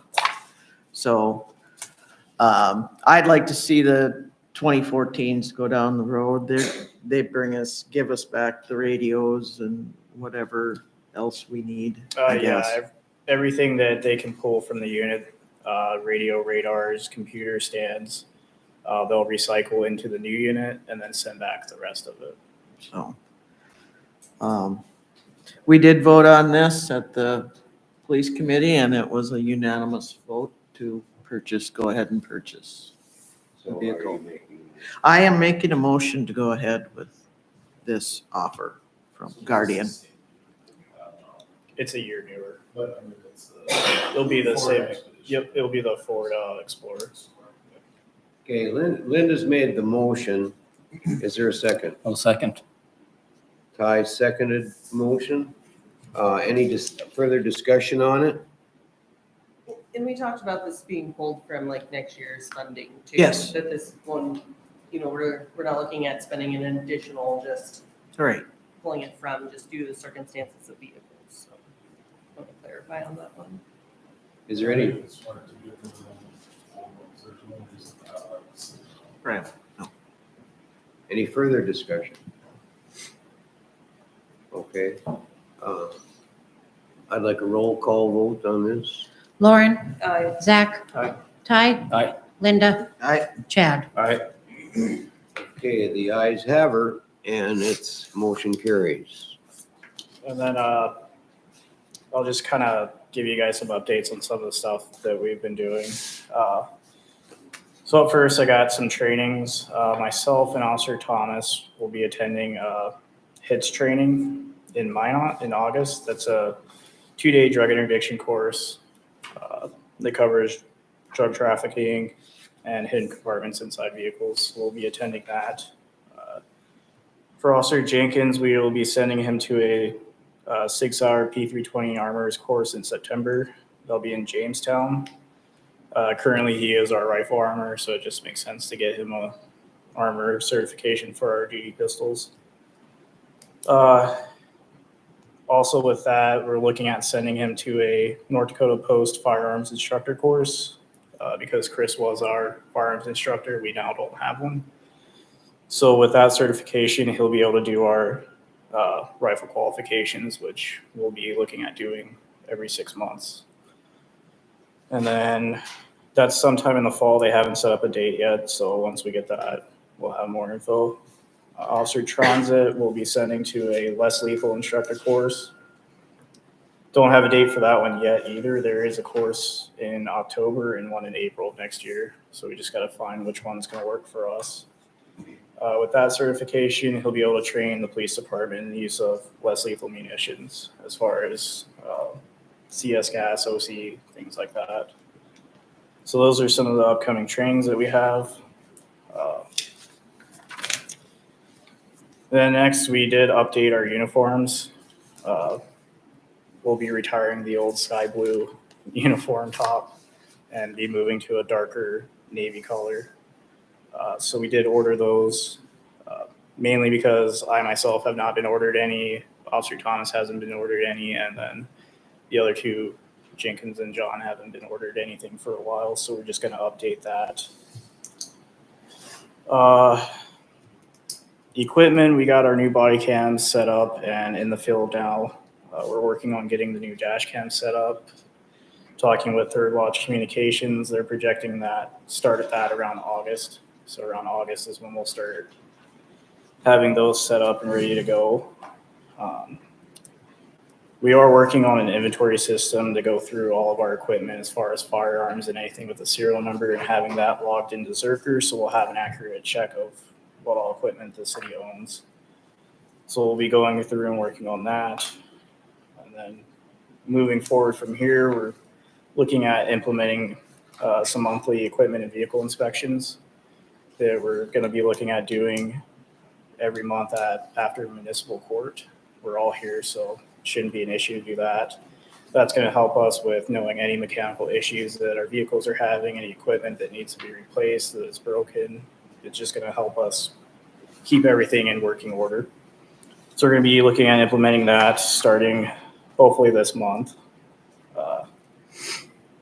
We did purchase a gun safe for the city firearms and ammo and all that stuff. So that's going to be stored in a secure location.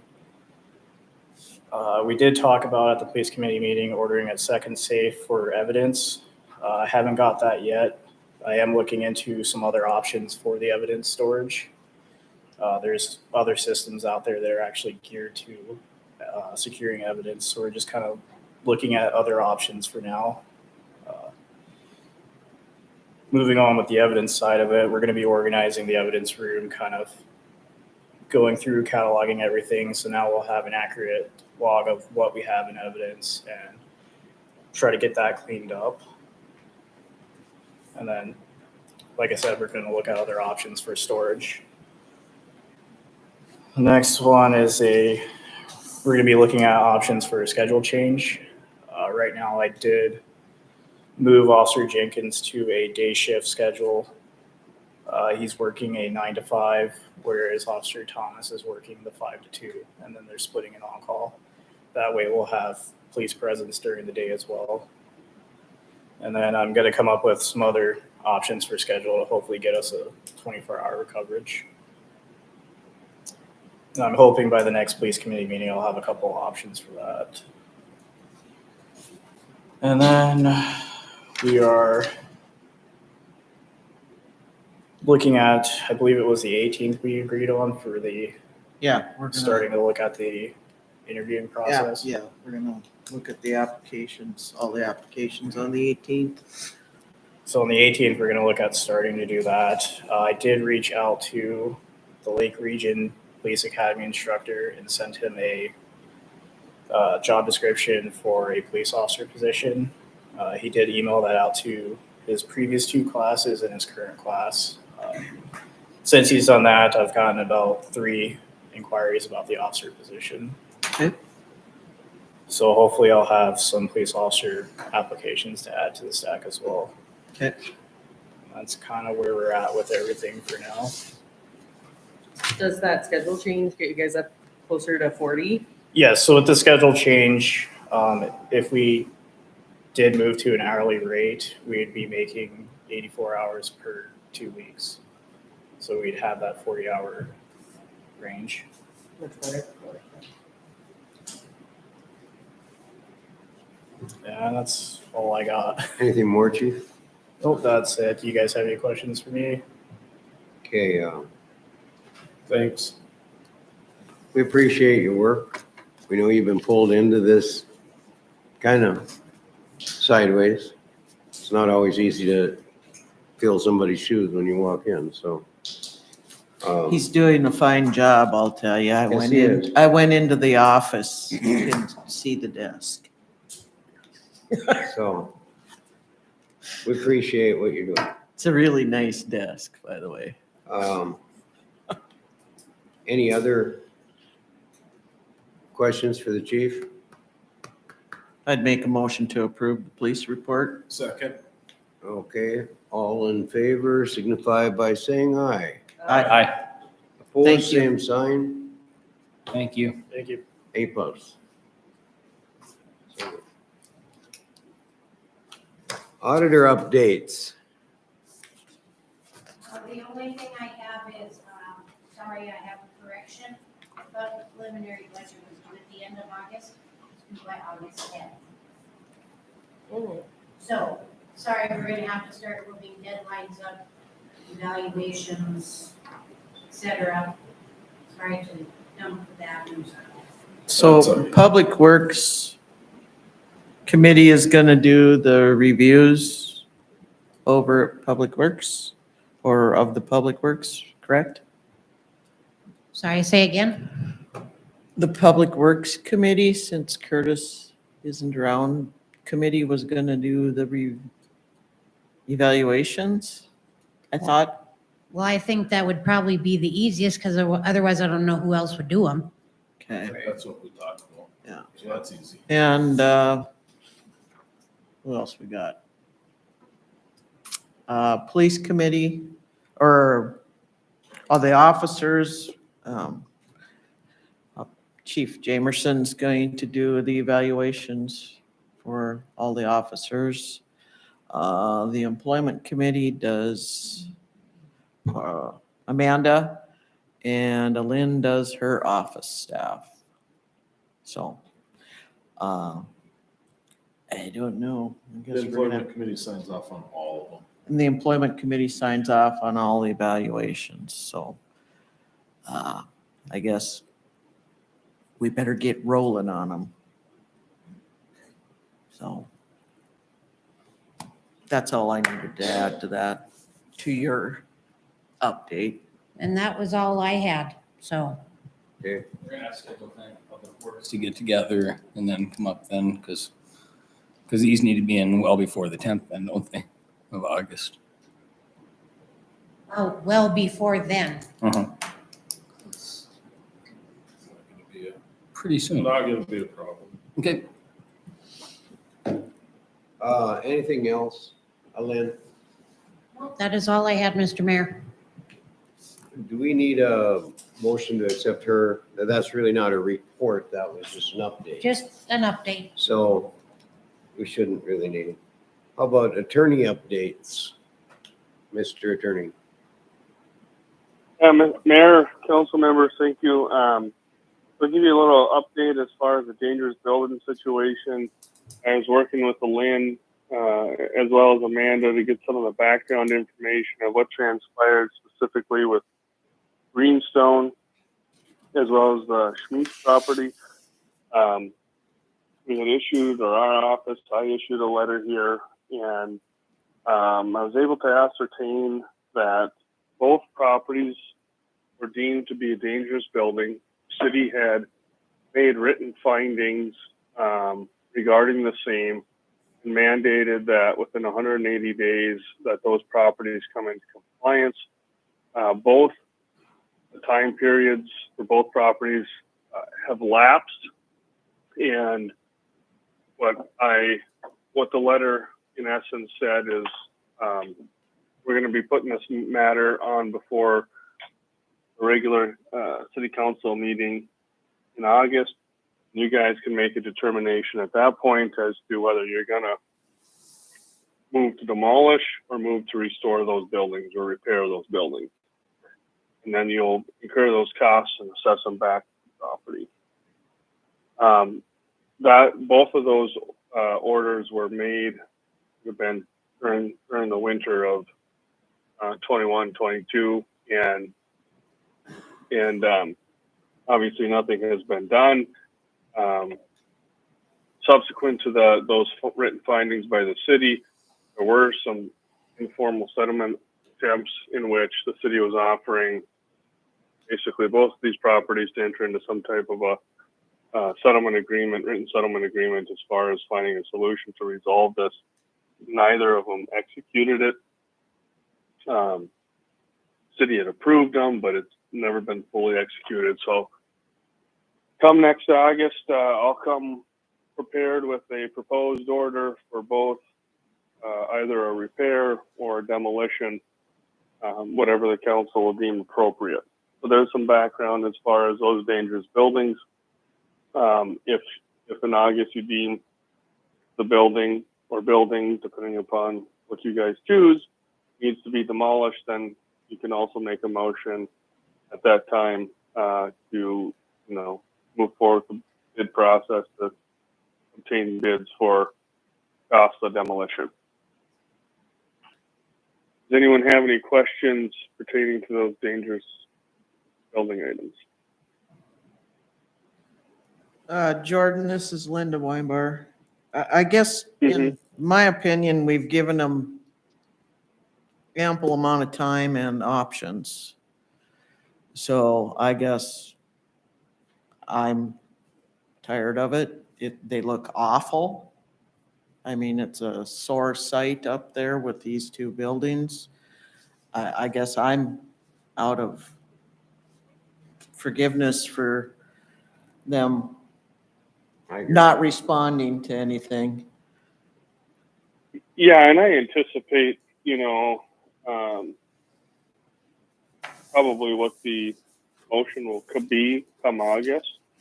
I think that the Schweetz property was the most recent one that 180 days lapsed, if I can remember correctly. I think Greenstone was either in December or January. And I think the Schweetz property decision was made, the written findings were entered, I think, in February. But nonetheless, the Greenstone the 180 days would have come to fruition or lapsed here maybe a month ago, and I think the Schweetz property just lapsed here end of June. So I just want you guys to make the decision at that time. That's kind of what my letter indicated. I didn't want to drop I frankly, with a little bit of the change in the council, I didn't know. I should have probably consulted with you guys, but I made a unilateral decision not to drop that bomb on you guys in this July meeting. I figured I'd give you the update, send them that letter. Come August, you guys will be, you'll be on notice and be prepared to make that decision. I'll be ready. Thank you. The last thing I was going to give you an update on is I've been working a little bit with Zach and Greg Johnson of the Stanley Airport Authority, and possible expansion of the airport for crosswind runway. This is just a quick update. That got me in contact with the engineering consultant firm out of Minneapolis. I think it's Mead and Hunt. I got that correctly. I had a good conversation with them. They're going to be having some meetings with the state and Fed representatives, I think in August. Just as a heads up, they'll get a little bit more information on this possibility of this project. And if there's some support for it, then I'll probably present something back to you guys in the August meeting as well, as it relates to just basically the general feelers of whether they're going to want to move forward and support the project a little bit more concretely, rather than just general discussions. And with that being said, I know that the airport authority, as well as the city council in the past, has, for the most part, supported this project or are in support of this project. I'll give you guys a little bit better of an ability to make an informed decision on how to exactly move forward with the project and land acquisition processes, and those get to be a little bit lengthy and time consuming as it relates to complying with federal regulations and environmental assessments and that type of thing. So just wanted to give you a heads up that I've been in contact with those guys and trying to get the ducks in a row as to whether you got federal and state support behind the project, and should know some more in August. That's all I have for you guys tonight. Anybody have any other questions for him? Thank you for your update.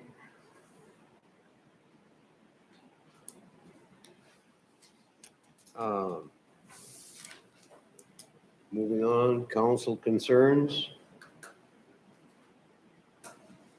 I have none. Mine came up within the regular meeting concerning truck traffic on our streets and the committee to review projects prior to getting to the council. Linda, do you have any concerns? No, mine were pretty much taken care of as well. Lauren? Zach?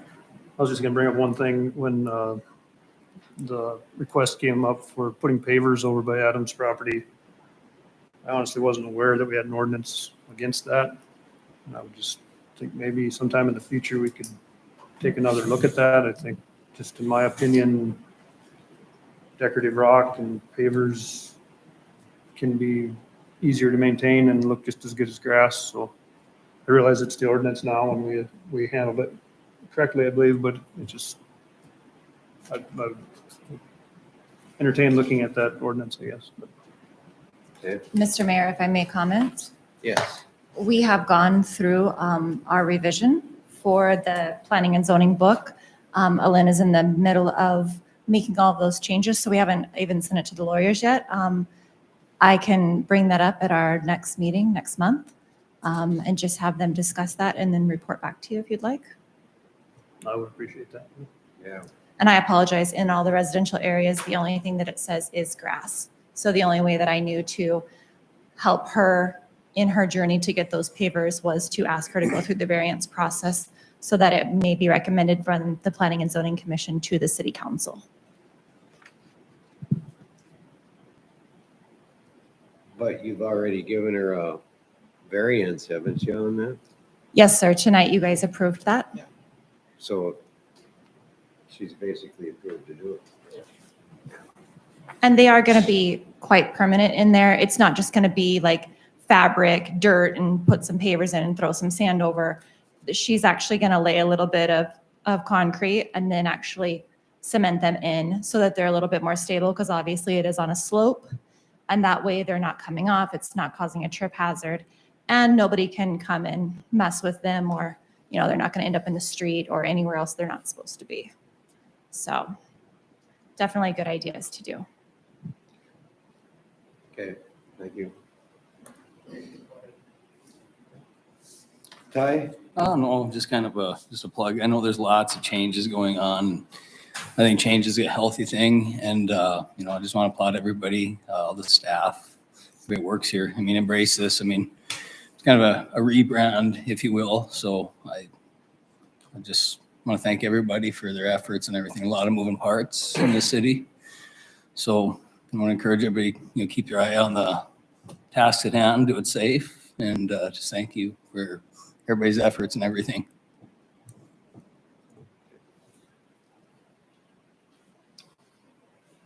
Okay, do we have a judge's report? Went around. Yeah, we've got it going around, but yes. Do they usually make an appearance or? No. Never? Okay. How would you know?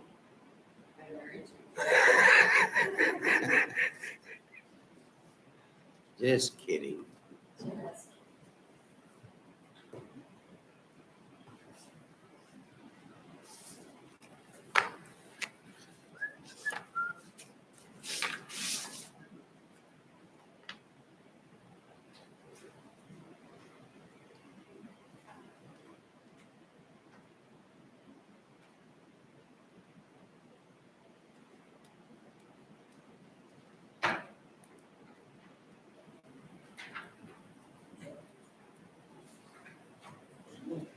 Hmm? Yeah, I've been through that. And my name ain't on there, no. No. not this month. Okay, I believe everybody's seen it. I'd make a motion to approve the judge's report. Thank you. Second. Okay, and there's a second. Everybody signify by saying aye. I, Opposed? Motion carries. Bills.